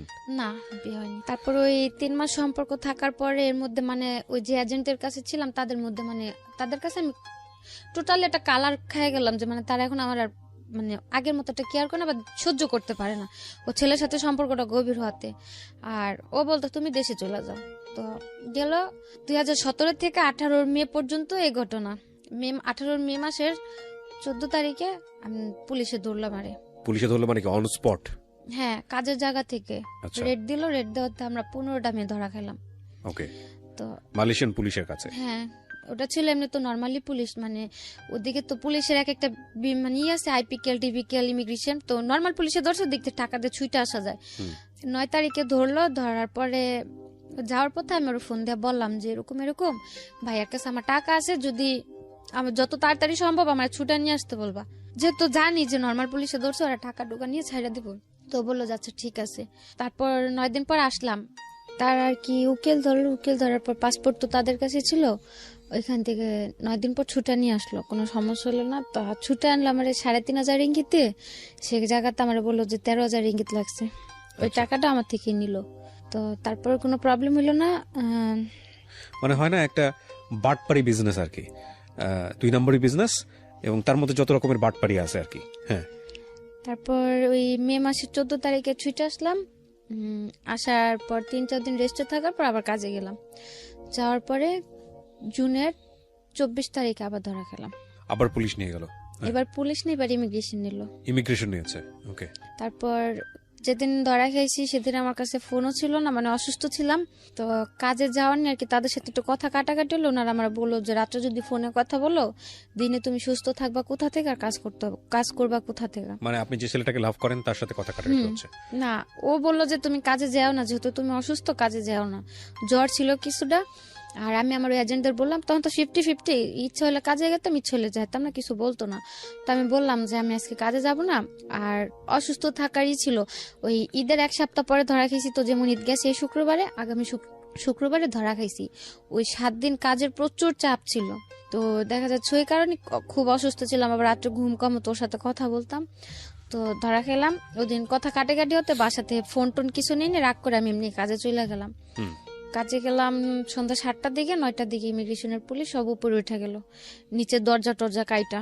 তারপর ধরলো, ভালো কথা, বসা রাখছে। তারপরে গাড়িতে উঠছে, মানে পুলিশ ধরছিল পরে, তো তাও ফোন করার একটা অপশন ছিল যে ফোন করে ভালো মন্দ বলতে পারছি। এখন ইমিগ্রেশন ধরলো, আমার সাথে তো একে ফোন ছিল না, আর দ্বিতীয়তে যাদের ফোন ছিল সবার ফোন নিয়ে নিছে, আর আমার কারো নাম্বারও মুখস্থ ছিল না, শুধু ওই ছেলের নাম্বারটা ছাড়া। তারপর ওই বাঙালি আরেকটা মেয়ে, মানে এক সিরিয়ালে 4টা কোম্পানিতে অপারেশন দিছে, 4টা কোম্পানির মধ্যে মানে আমরা 4টা না 5টা ছিলাম বাংলা মেয়ে। তো আমার যেখান থেকে ধরছে ওইখানে আমি ছিলাম, আর একটা মেয়ে ছিল। ওই মেয়ের ফোন নিয়ে নিছে, সাথের যে কোম্পানিটা ছিল ওই কোম্পানির একটা মেয়ের ফোন দিয়ে আমি ফোন করলাম ওই ছেলেরে, ফোন দিয়ে বললাম যে দেখো, আমার তো গতবার ছুটে আনছিল, পুলিশে ধরছিল, কিন্তু এবার তো ইমিগ্রেশনে ধরছে, আমার তো কোনোভাবে ছুটানো সম্ভব হবে না। তো আমার টাকা আছে, আমি যে ওই ঈদের 1 সপ্তাহ কাজ করছি বা পুরা মাস কাজ করছি, আমার পুরা মাসের টাকাটাই তাদের আছে। আমার বললো জরিমানা দিয়ে আমার দেশে পাঠা দিতে। যাতে অকারণে আমার কোনো জেলে পড়ে না থাকতে হয়। তো ও বললো যে আচ্ছা ঠিক আছে। মালয়েশিয়ার জেল সম্পর্কে জানতেন? না, ওখানে আগে শুনেছেন? কোনো আইডিয়াও ছিল না, বা ওরকম কারোর সাথে কথা হয়নি কথা যে হয়নি, আচ্ছা। জেলটা কিরকম। মানে আপনাদের সবাইকে বলছি যে মালয়েশিয়ার জেল জীবনটা কতটা ভয়ানক হতে পারে এটার উপর একটা এপিসোড আছে এই চ্যানেলে। এটা ইউটিউব জীবন গল্পের পার্ট নাম্বার 1। তাহলে বুঝবেন যে মালয়েশিয়ার জেল জীবনটা কতটা ভয়ানক। বলেন তারপর ওইখানে একটা মেয়ের ফোন ছিল, ওর ফোনটা দিয়ে আমি ফোন দিয়ে বললাম যে যেহেতু ইমিগ্রেশনে ধরছে আমার তো কোনোভাবে ছুটানো সম্ভব হইব না। আর প্রথমবার যখন ধরা খেলাম তখন যে 9 দিন ছিলাম ওদিকে তত একটা কষ্ট হয়নি। আর তার মধ্যে 2-3 দিনই ভাইয়ারা যা দেখা করছে, কারণ তখন তো আমার ছুটানোর জন্য ট্রাই করতেছিল, যা দেখা করে আসছে বা খাবার টাবার কিনে দিয়ে আসছে, সমস্যা হয়নি তত একটা। আর এমনিতে রাখছিল যেমন সেফটি রুমে ছিলাম, তো প্রবলেম হয়নি। আর জেলটা কি দেখিও নি তখন। তো বলার পর আর আমি বললাম যে যেভাবে সম্ভব হয় আমারে খুব শীঘ্র দেশে পাঠা দিতে বলবে। আমার যা টাকা আছে ওদের যথেষ্ট হবে আমার জরিপানাতে দেশে পাঠানোর জন্য, আমার যাতে জেলে না রাখি। আর পাসপোর্টটাও যেহেতু তাদের কাছে।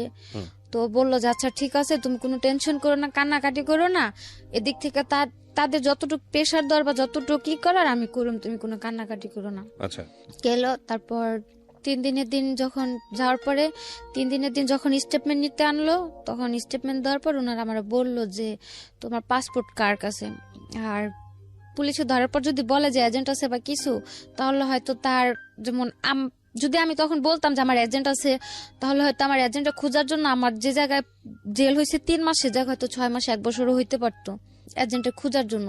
তো তারা যাওয়ার পরে শিখাই দিছিল যে যদি কোর্টে উঠায়, তাহলে যদি জিজ্ঞেস করে যে তোমার কি অপরাধ আছে নাকি, মানে মালয় ভাষাতে, তাহলে বলবা যে হ্যাঁ আমার অপরাধ আছে। যেহেতু আমি টুরিস্টে ঢুকলাম, ভিসা তো 1 মাসের ছিল।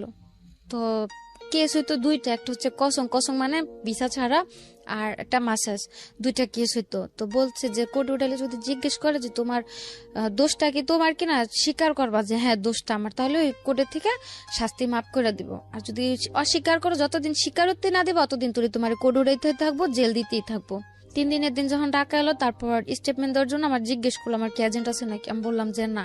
পরে বললো কিভাবে আসছি, বললাম মিথ্যা কথা, যেমনি এমনি একটা ফ্রেন্ডের মাধ্যমে আসছিলাম, তো আমার কোনো এজেন্ট নেই। তারপর জিজ্ঞেস করলো পাসপোর্ট কোথায়। আমি বললাম যে পাসপোর্ট আমার রুমে আছে। বললো যে যদি কারো ফোন দাও পাসপোর্ট দিয়ে যাবো। আমি বললাম হ্যাঁ। তারপরে আমি ওই ছেলের ফোন দিলাম, দিয়ে বললাম যে আমার এজেন্টের নাম্বারটা দাও। আমার কাছে তো ফোন নাই, কারণ নাম্বার নাই। ওরে বললাম যে ভাইয়ার নাম্বারটা দাও, এখান থেকে ফোন দিতে বলছে পাসপোর্টের জন্য। তারপর ওর নাম্বার দিল, নাম্বার দেওয়ার পর ভাইয়ের ফোন দিলাম। ফোন দেওয়ার পরে বললাম যে ভাই এরকম এখন আমার কি করবেন, আমার দেশে কয়দিনের মধ্যে পাঠাবেন। উনি আমার বললো তুমি টেনশন করো না, হয়তো 7-8 দিনের মধ্যে তোমার দেশে পাঠিয়ে দিব। তা আমি আর বেশি কিছু বললাম না, জোর খাটানো তার আমার ভিতরে তার জোর খাটানোর সুযোগ নাই, বা আমি তার ফোনও করতে পারলাম না। তা আমি আর কিছু বললাম না। ওদিকে স্টেটমেন্ট দেওয়ার পরে নিয়ে আসলো। আসার পরে 14 দিন পর আমাদের কোর্টে উঠাইলো। যে জায়গা বললো 9 দিনের মাথায় আমি দেশে চলে যাবো, জায়গায় 14 দিন হয়ে গেল, কোর্টে গেলাম। তো কোর্টে যাওয়ার দিন ভাবলাম হয়তো কোর্টে যায় ভাইয়াদের দেখা পাবো, তো তার আসতে পারে কোর্টে, যেহেতু কোর্ট উঠাবো, দিক থেকে হয়তো কেস সেটেল করে দেশে পাঠিয়ে দেবে, না তো ছুটায় নিয়ে যাবো। তারপর 14 দিন পর কোর্টে উঠালো, কেউ আসে নাই ওই জায়গাতে। আর আমার ফোন ছিল না, আমি কারো ফোনও দিতে পারিনি। 14 দিন পরে কোর্টে উঠানোর পরে কোর্টের থেকে রায় দিল যে আরো 14 দিন থাকতে হবে, 14 দিন পর আমাদের রায় দেবে। তারপরে গেলাম, আবার 14 দিন থাকলাম। ওই 14 দিন থাকার মধ্যে যে জায়গাতে ছিলাম, ওই জায়গাতে মানে অনেকের যেমন জেল হয়ে গেছে, কেউ টিকেটের জন্য বসে আছে, ক্যাম্পে ছিলাম, মানে মেন জেলে তখন নেয়নি, ক্যাম্পে রাখা হয়েছিল। তারপর ওই ক্যাম্পের অনেকে যারা বাড়ি চলে গেত তাদের কাছে আমি ছেলের নাম্বারটা লিখে দিতাম, জোরে ফোন দিয়ে বললেন যে আমার এই তারিখে কোর্টে উঠাইবো, জানি ওরা কেউ আসে। তো ওই ইন্দোনেশিয়া মেরে দিতাম, বাংলা মানে যখন যে যাইতো তার কাছে আমি নাম্বার দিয়ে দিতাম, যাতে একটু ফোন দিয়ে জানা দেয় যে আমি এই তারিখে কোর্ট উঠুম, ওই কোর্টে আমি উঠাইবো, কোর্টের নামটাম বলে দিতাম। তারপরে গেল 28 দিন পরে কোর্ট উঠলাম, ওই দিনও কেউ নাই। 28 দিন পর আমাদের কোর্টের থেকে রায় দিল 2 মাস করে জেল। আর 2 মাস করে জেল বলতে মালয়েশিয়াতে জেল হয় 21 দিনের, মানে 21 দিনে 1 মাস ধরা হয়। তো 21 দিন 2 মাসের জেল হলো, সে জায়গাতে 28 দিন তো আমাদের এমনি চলে গেল কোর্টের জন্য। 28 দিন কাইটা হাতে ছিল 13 দিন। ওই 13 দিন আমাদের আর কি মেন যে জেল, ওই জেলে পিঞ্জারাতে পাঠানো হলো। ওদিকে গেলাম, কোর্টের থেকে বের হওয়ার পরে মানে আমার কাছে ছিল 40 টাকা। জেলের অভিজ্ঞতা শুনতে চাই, জেলে কেমন লাগতেছিল? জেলে তো ছিলাম মাত্র 14 দিন, আর ওদিকে অনেক মেয়েরা ছিল তো কথাবার্তা বলতো, আর সারাদিন একা একা বসে থাক, শুধু কান্না করতাম। আর মেয়েরা খালি বলতো যে এত কান্না করতে পারে মানুষ, চোখ দিয়ে এত পানি সব পড়ে। কি বাঙালি? না, কোনো বাঙালি মেয়ে ছিল না, আমি একা ছিলাম। মানে আমার যে রুমে রাখা হয়েছিল, আমি ছিলাম ভিয়েতনাম, ফিলিপিন, মানে এক এক দেশে 2-1টা করে মেয়ে ছিল। কারণ আরো বাংলা মেয়েরা ছিল, সবার থেকে বয়স আমার কম ছিল, এই কারণে আমার আলাদা, মানে বয়স কম যে মেয়েদের ওদের সাথে রাখা হয়েছিল। আর যাদের বয়স বেশি ছিল তারা, মানে সাথে যারা ধরা খাইছে সবাই একসাথে ছিল, আমার একা একা এক জায়গায় রাখা হয়েছিল। মানে আমাদের যে গ্রুপ ছিল ওর মধ্যে আমার একা এক জায়গায় রাখা হয়েছিল। ওদিকে যেমন অল্প বয়সে যারা, তাদের দিয়ে কোনো কাজ করাইতো না, বিকাল হলে খেলতে নিয়ে যেত, টিভি টুভি দেখাইতো, তারপরে ABCD এগুলো পড়াইতো, মানে ছোট বাচ্চাদের জন্য ওগুলো আলাদা। ওদিকে আর কি 12-13 বছর থেকে নিয়ে 21 বছর পর্যন্ত ওই জায়গায় রাখা হইতো। আর তখন তো বয়স ছিল 19, তো ওই জায়গাতে আমারও রাখা হয়েছিল। তো তেমন কষ্ট একটা হয়নি, কারণ বিকেল হলো বাইরে নিয়ে আসতো, হাঁটাহাঁটি। কষ্ট বলতে এতটুকু ছিল, জেল তো জেলই, তো খাবার দাবার শোয়া এগুলোতে একটু প্রবলেম ছিল। তারপর কোর্টের থেকে যখন পিঞ্জারায় পাঠালো, আমি ছেলেরে ফোন করলাম যে তোমার আমি বারবার করে বললাম, ভাইয়ারে ফোন দিয়ে বললো আমার জন্য বাড়ি পাঠা দেয়, কিছু তো করলো না, বরং আজকে কোর্টের থেকে আমার 2 মাসের রায় দিয়ে দিল, 2 মাস জেলের। তা তুমি কি করলা? তো আমার কথাটা শুনে কান্না করে দিছে যে তোমার টাকা ছিল, তুমি বললা, তারপরেও তোমার এজেন্ট আমার থেকেও আরো 2000 রিঙ্গিত নিল, বললো যে টাকা আরো 2000 টাকা দিলে তোমার জরিমানাতে দেশে পাঠা দিব। তারপরেও টাকা দিল, মানে আমার কথাটা শুই না যেমন এক প্রকার ও পুরো হ্যাং হয়ে গেছে, যে দিকে টাকাও দিল, ওদের সাথে তো কন্টিনিউ যোগাযোগ করতেছি, কিন্তু ওরা তো বলতেছে যে সব ওকে হয়ে গেছে, আমি দেশে চলে যাম 2-1 দিনের মধ্যে। ওই মুহূর্তে শুনতে পেলো যে আমার এখন পিঞ্জারাতে পাঠাইতেছে। তারপরে বললো যে দেখো আমার তো টাকা টুকাও নিল, আর পাসপোর্টও যেহেতু ওদের কাছে, আমার তো আর কিছু করার নাই, তখন আর কি করবো, কোর্টে তো রায় দিয়ে দিছে, এদিকে তো আর কিছু করার নাই, তো আর কতদিন থাকতে হইব? তারপর আমি বললাম যে আর 14 দিন বা 15 দিন আমার পিঞ্জারা থাকতে হইব। পরে বললো যে ওই দিক থেকে আসার পর টিকিট দিয়ে দিলে বাড়ি পাঠা দিব না? আমি বললাম যে হ্যাঁ, যেদিন আমার ওই পিঞ্জারা থেকে ক্যাম্পে পাঠাইবো 14 দিন পরে, আমার টিকিট আজকে টিকিট দিয়ে গেলে আমি কালকে বাড়ি চলে যেতে পারবো, আমার কোনো সমস্যা হইব না। পরে বললো যে আচ্ছা ঠিক আছে তুমি যাও, আমি তাদের সাথে কথা বলে রাখি যাতে তোমার টিকিটটা 14 দিনের মধ্যে পরে দেওয়ার জন্য তার প্রস্তুত নিয়ে থাকে। আমি বললাম যে আচ্ছা ঠিক আছে। তারপর 14 দিন ওই জায়গাতে গেল। 14 দিন পরে 1 তারিখে না যেন, আগস্টের 1 তারিখে, মেবি 1 তারিখে না যেন 5 তারিখে আমাদের ক্যাম্পে আনলো। ক্যাম্পে আনার পরে আমি ওর ফোন দিলাম, ক্যাম্প যেদিনকে পিঞ্জারা থেকে ক্যাম্পে আনলো ওই দিন রাস্তা থেকে আমি ওর ফোন দিলাম, ফোন দিয়া গাড়িতে অন্য মানুষের ফোন দিয়ে। আপনি করে ভালোবাসতেন? হুম, আচ্ছা, ওকে। মানে আমার খুব কেয়ার করতো, একটু যে মানে যত প্রবলেম, বাড়ির প্রবলেম হোক বা আমার প্রবলেম হোক, সবকিছু তো খুব সাপোর্ট করতো। এর সাথে পরিচয় আপনার এই ধরনের কাজ করতে গিয়ে? না, ওই কাজের জায়গা থেকে নয়, ওইদিকে আমার একটা বান্ধবী ছিল। যাই হোক, আমি জানতে চাচ্ছি না। ওকে, তারপর ওরে ফোন দিলাম, ফোন দিয়ে বললাম যে দেখ আমার আজকে ক্যাম্পে পাঠাইতেছে, যত তাড়াতাড়ি সম্ভব ওতে পাসপোর্টটা নিয়ে আমার টিকিট দিয়ে দিও, আমি বাড়ি চলে যাম। ও কি করতো মালয়েশিয়াতে? ও জব করতো ইঞ্জিনিয়ারিং এ, ইঞ্জিনিয়ারিং এ জব করতো? কম্পিউটারে। ওকে। বলার পরে আমি বললাম যে আমার আজকে ক্যাম্পে পাঠাইতেছে, যেভাবে সম্ভব আমরা বাড়ি পাঠা দেওয়ার করো, আর ওরা টাকা টুকা চাইলে তুমি আর টাকা দিও না, এখন আর আমার কোনো খরচ নেই, শুধু টিকিটটা কিনা দিব। আর নর্মালি একটা এজেন্টের দায়িত্ব থাকে যে একটা মেয়ে যদি ধরা পড়ে তার টাকা না থাকলে টিকিট কাইটা দেশে পাঠানোর। তারপরে ও বললো আচ্ছা ঠিক আছে, কোন ক্যাম্পে নিছে কইতে পারো? তো আমি বললাম যে আমি জানি না কোন ক্যাম্পে আনছে এখনো, তো যদি আমি পারি কোন রকম ভাবে কারো কাছে নাম্বার দিলাম, তোমার কাছে ঠিকানা বা আমার বডি নাম্বারটা আমার আমি পাঠাই দিমুনি।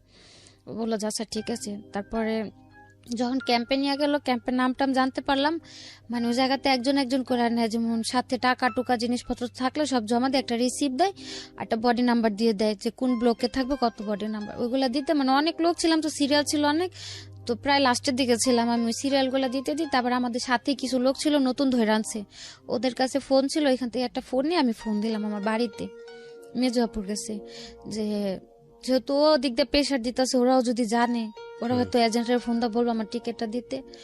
তো ওই লোকটা নাম্বার দিয়ে ফোন দিলাম মেজাপুরে, মেজাপুর ছেলে ফোনটা ধরে বললো যে আম্মু বাইরে গেছে, তা আমি বললাম ডাক দিয়ে দাও। ও ডাক দিতে দিতে ওই লোকের ফোনটা গেল বন্ধ হয়ে, তো বন্ধ হয়ে গেল। আমার যে স্লিপ দিল, একটা রিসিপ্ট দিল, ওই রিসিপ্টের ভিতরে মানে একটা সাইন উঠলো আমার ফোন কল অলরেডি হয়ে গেছে। তো আমি আর কিছু করলাম না, আমি ওদিকে বসে বসে কান্না করতেছি। মানে 3 দিন পরে একটা মাস্টার কল করার সিস্টেম দেয়, মানে ওদিক থেকে ফ্রিতে, তা আমার তো আর ওই কলটা করতে দিব না, যেহেতু আমার এই জায়গাতে সাইন উঠে গেল। তো কান্না করতেছি, ওদিকে একটা রোহিঙ্গা ছেলে ছিল, মানে ওই জায়গার ভিতরে যে অন্য অনেকের যে পরিচয়পত্র নাই বা পাসপোর্ট টাসপোর্ট না থাকলে 3-4 বছর ওই জায়গায় অনেকে পড়ে থাকলে ওদের আর কি বাইরে কাজ টাজ করতে দেয়, যে আসামিদের সাথে দেখা করতে আসলে নিয়ে যায়, বা যে নতুন লোক ধরে আনলে ব্যাগ ট্যাগ সরা রাখে, ওরকম লোক ছিল একটা রোহিঙ্গা। তো বলতেছে যে আপনার কি হয়েছে, কান্না করেন কি আপনি? তারপর আমি বললাম যে এরকম এরকম আমার তো জায়গাতে কেউ নাই, আমি বাড়িতে ফোন দিলাম, ফোনটা বন্ধ হয়ে গেল, আর আমার স্লিপেও সাইন উঠে গেল, আমি তার ফোন দিতে পারুম না, আমি যদি কাউরে না জানি আমি এই জায়গাতে আসি, কিভাবে আমার কেউ টিকিট দিব? তো ও কইলো যে মালয়েশিয়ার কারো নাম্বার আছে আপনার কাছে? আমি কই হ্যাঁ আছে। তো কইলো যে আপনি একটা কাগজে আপনার যে স্লিপে বডি নাম্বার দিছে, বডি নাম্বার, ব্লক নাম্বার আর নাম্বারটা লেখা দেন, আমি ফোন দিয়ে জানা দিম। তারপর ওই ছেলের কাছে আমি ওই ছেলের নাম্বার লেখা দিলাম, আমার বডি নাম্বার কত ব্লক লেখা দিলাম। তারপর ওই ছেলে ফোন দিল ওর কাছে, ওরে ফোন দিয়ে বলছে যে আমি এরকম এরকম এই জায়গাতে আছি, এত এত আমার বডি নাম্বার। তারপর ও আবার আমার এজেন্টের কাছে গেছে, ওই বাইরের ওই ছেলেটা, যাওয়ার পরে বলছে যে আমার এই জায়গাতে নিয়ে আসছে, আমার টিকিট দিব কবে? ওরা বলতেছে পাসপোর্ট দিয়া দিছে, মানে কোম্পানির লোকের কাছে পাসপোর্ট দিছে, টাকা দিয়ে দিছে, ওরা টিকিট দিয়ে যাবে। এসে করতে করতে প্রায় 15 থেকে 20 দিন যায়। ওই 15-20 দিনের মধ্যে এই ছেলে আবার ওরা একটা ফ্রেন্ডে পাঠায় আমার সাথে জেলে দেখা করতে। তারপর ওরকম করতে করতে আমার এজেন্ট আবার ওর কাছ থেকে টাকা নিল, আবার ওকে টিকিট দিবে বলে আরো 2 বার টাকা নিল। যখন আমার জেল টেল শেষ হলো তখন ও আবার 2 বার টাকা দিল। আচ্ছা, দেবার পরে যখন 3য় সপ্তাহ আমার সাথে দেখা করতে গেছে, তারপরে ওর বন্ধুটা বলতেছে যে আপা দেখেন আপনার পাসপোর্টটা আপনার এজেন্টে দিতে আছে না, আর ও 2-3 বার করে টাকা দিছে, ওরে পাসপোর্টও দেন, আপনার টিকিটও দিতে হয় না। ও এমনও বলছে যে ভাই টাকা খাইছেন ভালো করছেন, আর পাসপোর্টটা দিয়ে দেন, আর একটা টিকিট আমি কাইটা দিতেছি, আপনার টাকা টুকা দিতে হবে না, টাকা জানিছেন নিছেন, আর পাসপোর্টটা দিয়ে দেন। আর পাসপোর্টটা বারবার চাইতেছিল এই কারণেই যে মালয়েশিয়ার জেলে যদি ট্রাভেল পাসের ফর্ম কেউ ফিল আপ করে, অন্তত পক্ষে 7 থেকে 8 মাস ওই ট্রাভেল পাসের স্লিপের জন্য বসে থাকতে হয়। মানে বাংলাদেশ এম্বাসি হয়ে এখান থেকে একটা কাগজ যাবো, ওই কাগজটার জন্য 7 থেকে 8 মাস অপেক্ষা করতে, যাদের পাসপোর্ট নাই। আর যদি আমার পাসপোর্ট না দিত তাহলে হয়তো আমার আরো 7 থেকে 8 মাস জেলে থাকতে হতো।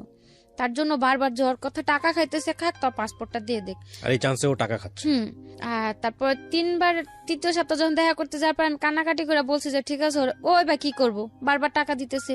আমি বলছি যে ওরা টাকা দিতে নিষেধ করেন, আমি ট্রাভেল পাসের ফর্ম ফিল আপ করে দিছি, যদি আমার ফর্ম আসে আমার দেখতে ফোন করতে দিব, ট্রাভেল পাস আসলে যে কাউরে ফোন দিয়ে বলো টিকিট দিয়ে যাওয়ার জন্য।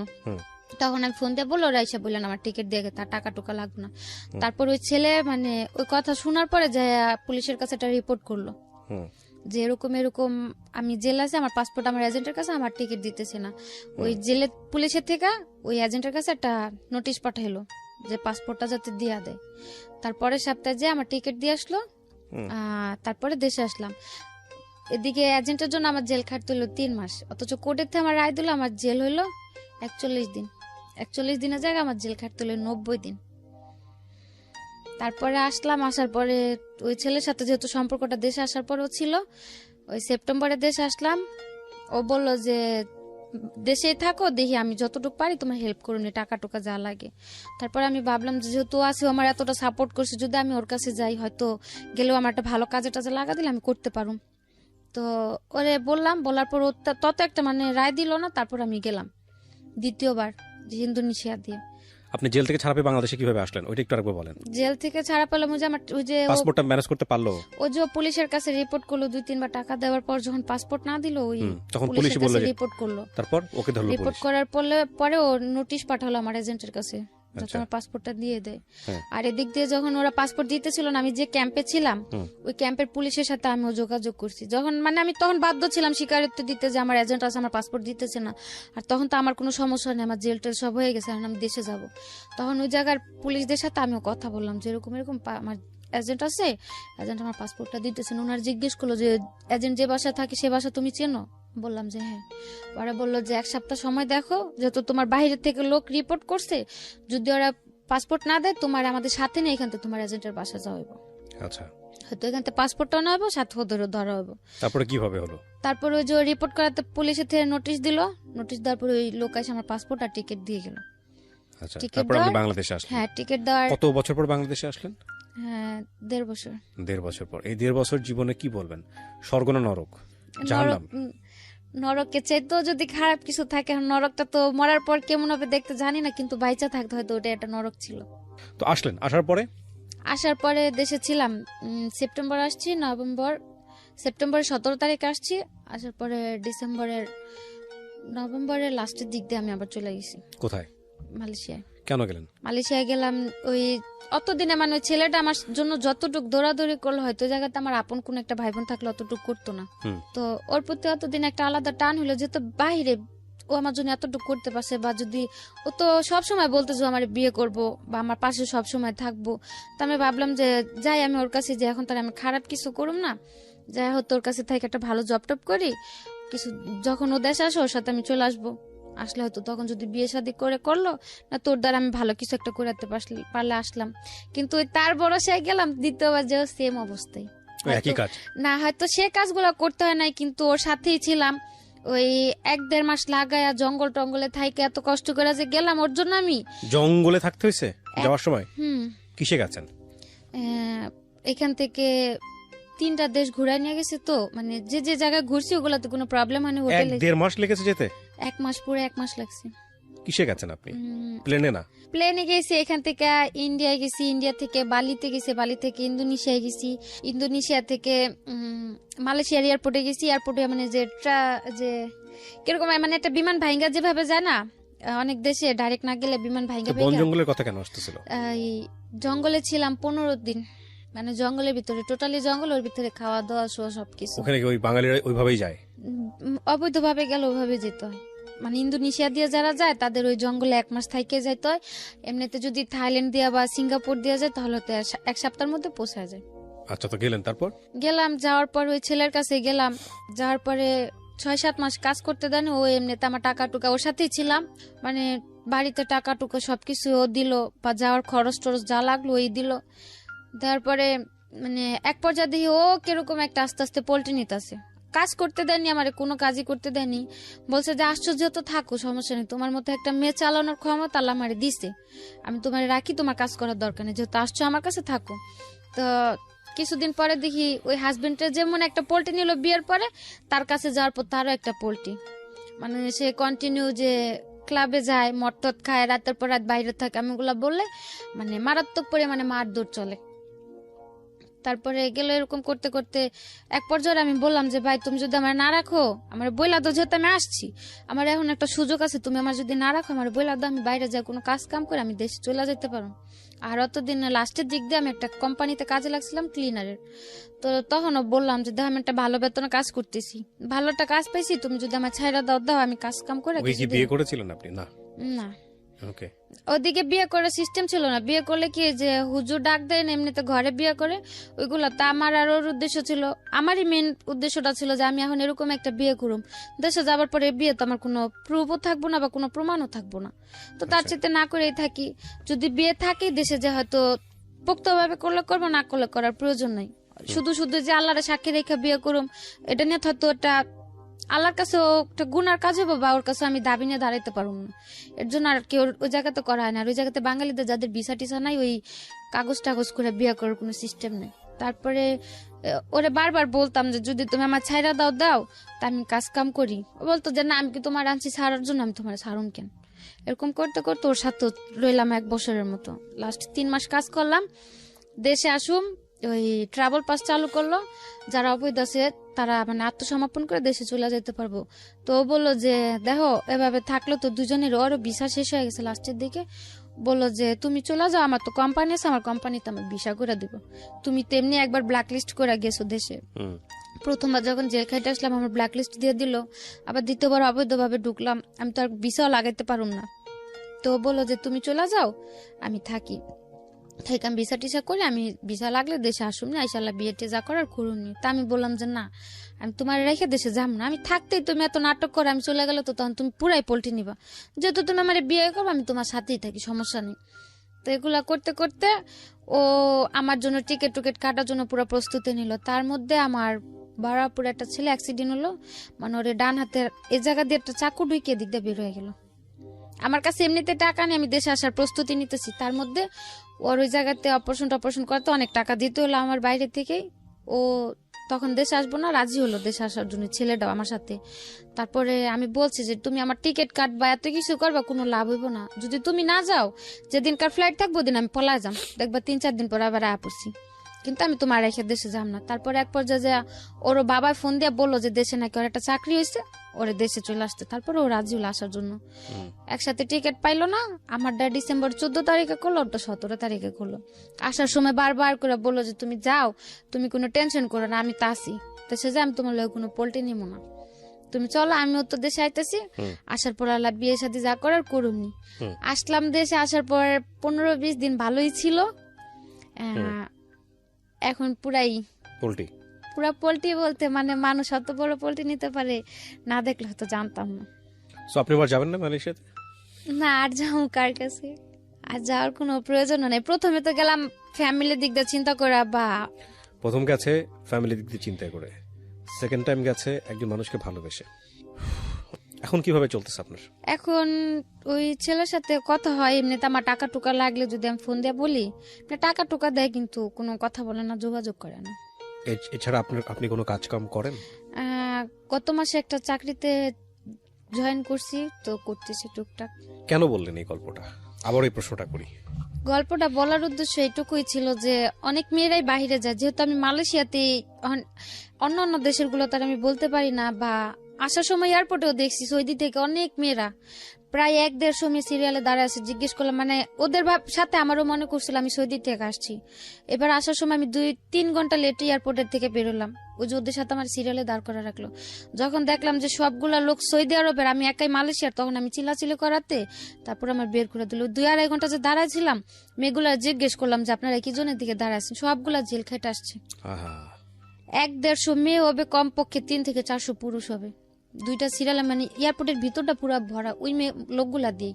এছাড়া সাথে যে সব লোক সব বের হয়ে গেছে। তো তাদের মধ্যে দাঁড়া থাকার পর জিজ্ঞেস করলাম, মেয়েগুলা বললো যে দেখেন এরকম এরকম আইনা কাজের নিচে নেওয়ার পরে এখন যে বাড়িতে কাজ করি তারাও নির্যাতন করে, বাইরে থেকে লোকেরাও এসে নির্যাতন করে, লাস্টে টিকতে না পেরে পুলিশের কাছে যে আত্মসমর্পণ করছি, এই জেল খাটটা এখন দেশে আসছে আমরা সবাই। কি একটা ইমেজ দাঁড়ায় দেখেন।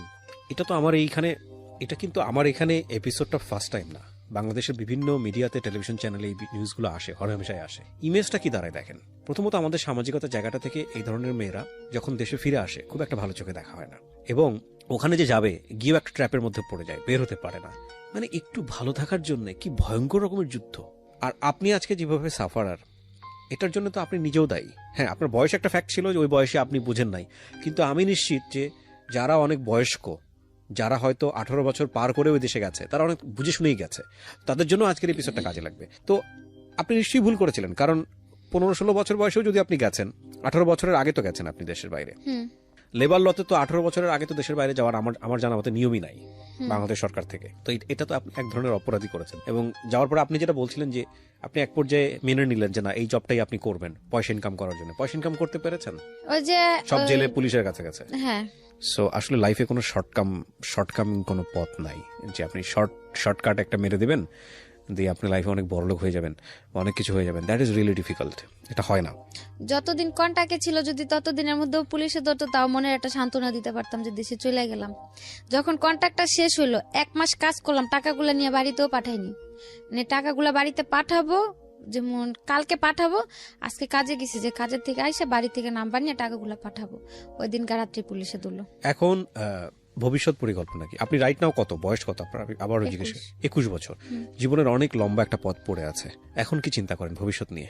এখন চিন্তা করার আর কিছু নাই। এখন মনে করি যে যেহেতু দেশে আসছি, একটা জব পাইছি, করতে থাকি, উপরে আল্লাহ যা রাখছে কপালে তাই হবে। কিন্তু কোনো বাহিরে যাওয়ার বা কোনো সম্পর্কতে জড়ানোর এ ধরনের কোনো চিন্তা আপনাকে যে মানুষটা আপনার জীবনে পরবর্তীতে আসবে, যদিও খুব ব্যক্তিগত প্রশ্ন হয়ে যায় এটা, আপনি কি চিন্তা ভাবনা করেছেন? তাকে আপনি আপনার জীবনের অতীতটা বলতে পারবেন? আমার উদ্দেশ্যটা শুরু থেকে একটাই ছিল যে এমনিতেও তো ছোট থেকে কারো কাছে ভালো কিছু পাইনি, বা ফিউচারে কি বর্তমানে কি কারো সাথে যদি কোনোদিনও জড়ায় যায়, বলা তো আর যায় না। যে আমার অতীতটা যায় না আমার অ্যাকসেপ্ট করবে, আমি তার সাথেই থাকবো। কারণ এসব কথা তো কখনো লুকানো থাকে না। যদি দেখা গেছে একটা সম্পর্কতে জড়াই গেলাম, বা কিছুদিন থাকার পর যখন আমার এই অতীতগুলা সে জানতে পারবো, তখন কিন্তু খুব ভয়ঙ্কর একটা পরিস্থিতিতে পড়তে হবে। তার চাইতে আমার অতীতটা যায় না যে আমার অ্যাকসেপ্ট করবো, আমি তার কাছেই যাব। আমাদের সামাজিকতা কি তৈরি হয়েছে যে একটা মেয়ে যার কোনো অপরাধ নাই, ভুল নাই, কিন্তু এরকম একটা ঘটনায় জড়িয়ে গেছে বা জড়াতে বাধ্য করা হয়েছে, সেই মেয়েটাকে আমরা পাবলিকলি ফোকাস করতে পারি? অপরাধ তো ওর নাই, পারি না। কারণ আমাদের সমাজটাই তো এখানে বিকলাঙ্গ চিন্তার অধিকারী। অপরাধ ওর না, তারপর ওকে আমাদের হাইড করতে হচ্ছে। সো অনেক সময় লাগবে পরিবর্তন আসতে, কিন্তু ওর যে চিন্তাটা ব্যক্তিগত পর্যায়ে, সেই চিন্তাটাকে আমি স্যালুট করি। জীবনের সমস্ত কিছু জেনেই যেন ওর কাছে মানুষ আসে। আরেকটা বিষয় আমি বিশ্বাস করি, সেটা হচ্ছে আমৃত্যু পর্যন্ত নিজের ভুলগুলো বুঝে নিজের জীবনটাকে সংশোধন করার সুযোগ আছে, সেটা আল্লাহ আমাদেরকে দিয়েছে। সো সেই জায়গাটা থেকে আপনি যদি ব্যক্তিগতভাবে মনে করেন যে যে ভুলগুলো হয়ে গেছে আমার অপ্রাপ্ত বয়স থাকা অবস্থায়, সেগুলোর জন্য আপনি নিজেও রেসপন্সিবল ছিলেন না, উদ্দেশ্য ছিল মহৎ কিন্তু আপনি ট্র্যাপে পড়ে গেলেন, সেটার জন্য আল্লাহ আপনাকে একটা ভালো দিক নির্দেশনা দিক, আপনাকে ভালো পথে পরিচালিত করুক, সেটা একটা বিষয়। আরেকটা হচ্ছে যারা আজকে আপনার এই গল্পটা শুনলো, আমি নিশ্চিত যে এই গল্পটা শোনার পরে কোনো বাবা মাই তার সন্তানকে অবৈধ পথে বিদেশে পাড়ি এই জমানোর যে কথা বলবেন না। একবার 2বার 3-4বার বাইরে গেলাম, কখনো মানে ফ্যামিলি থেকে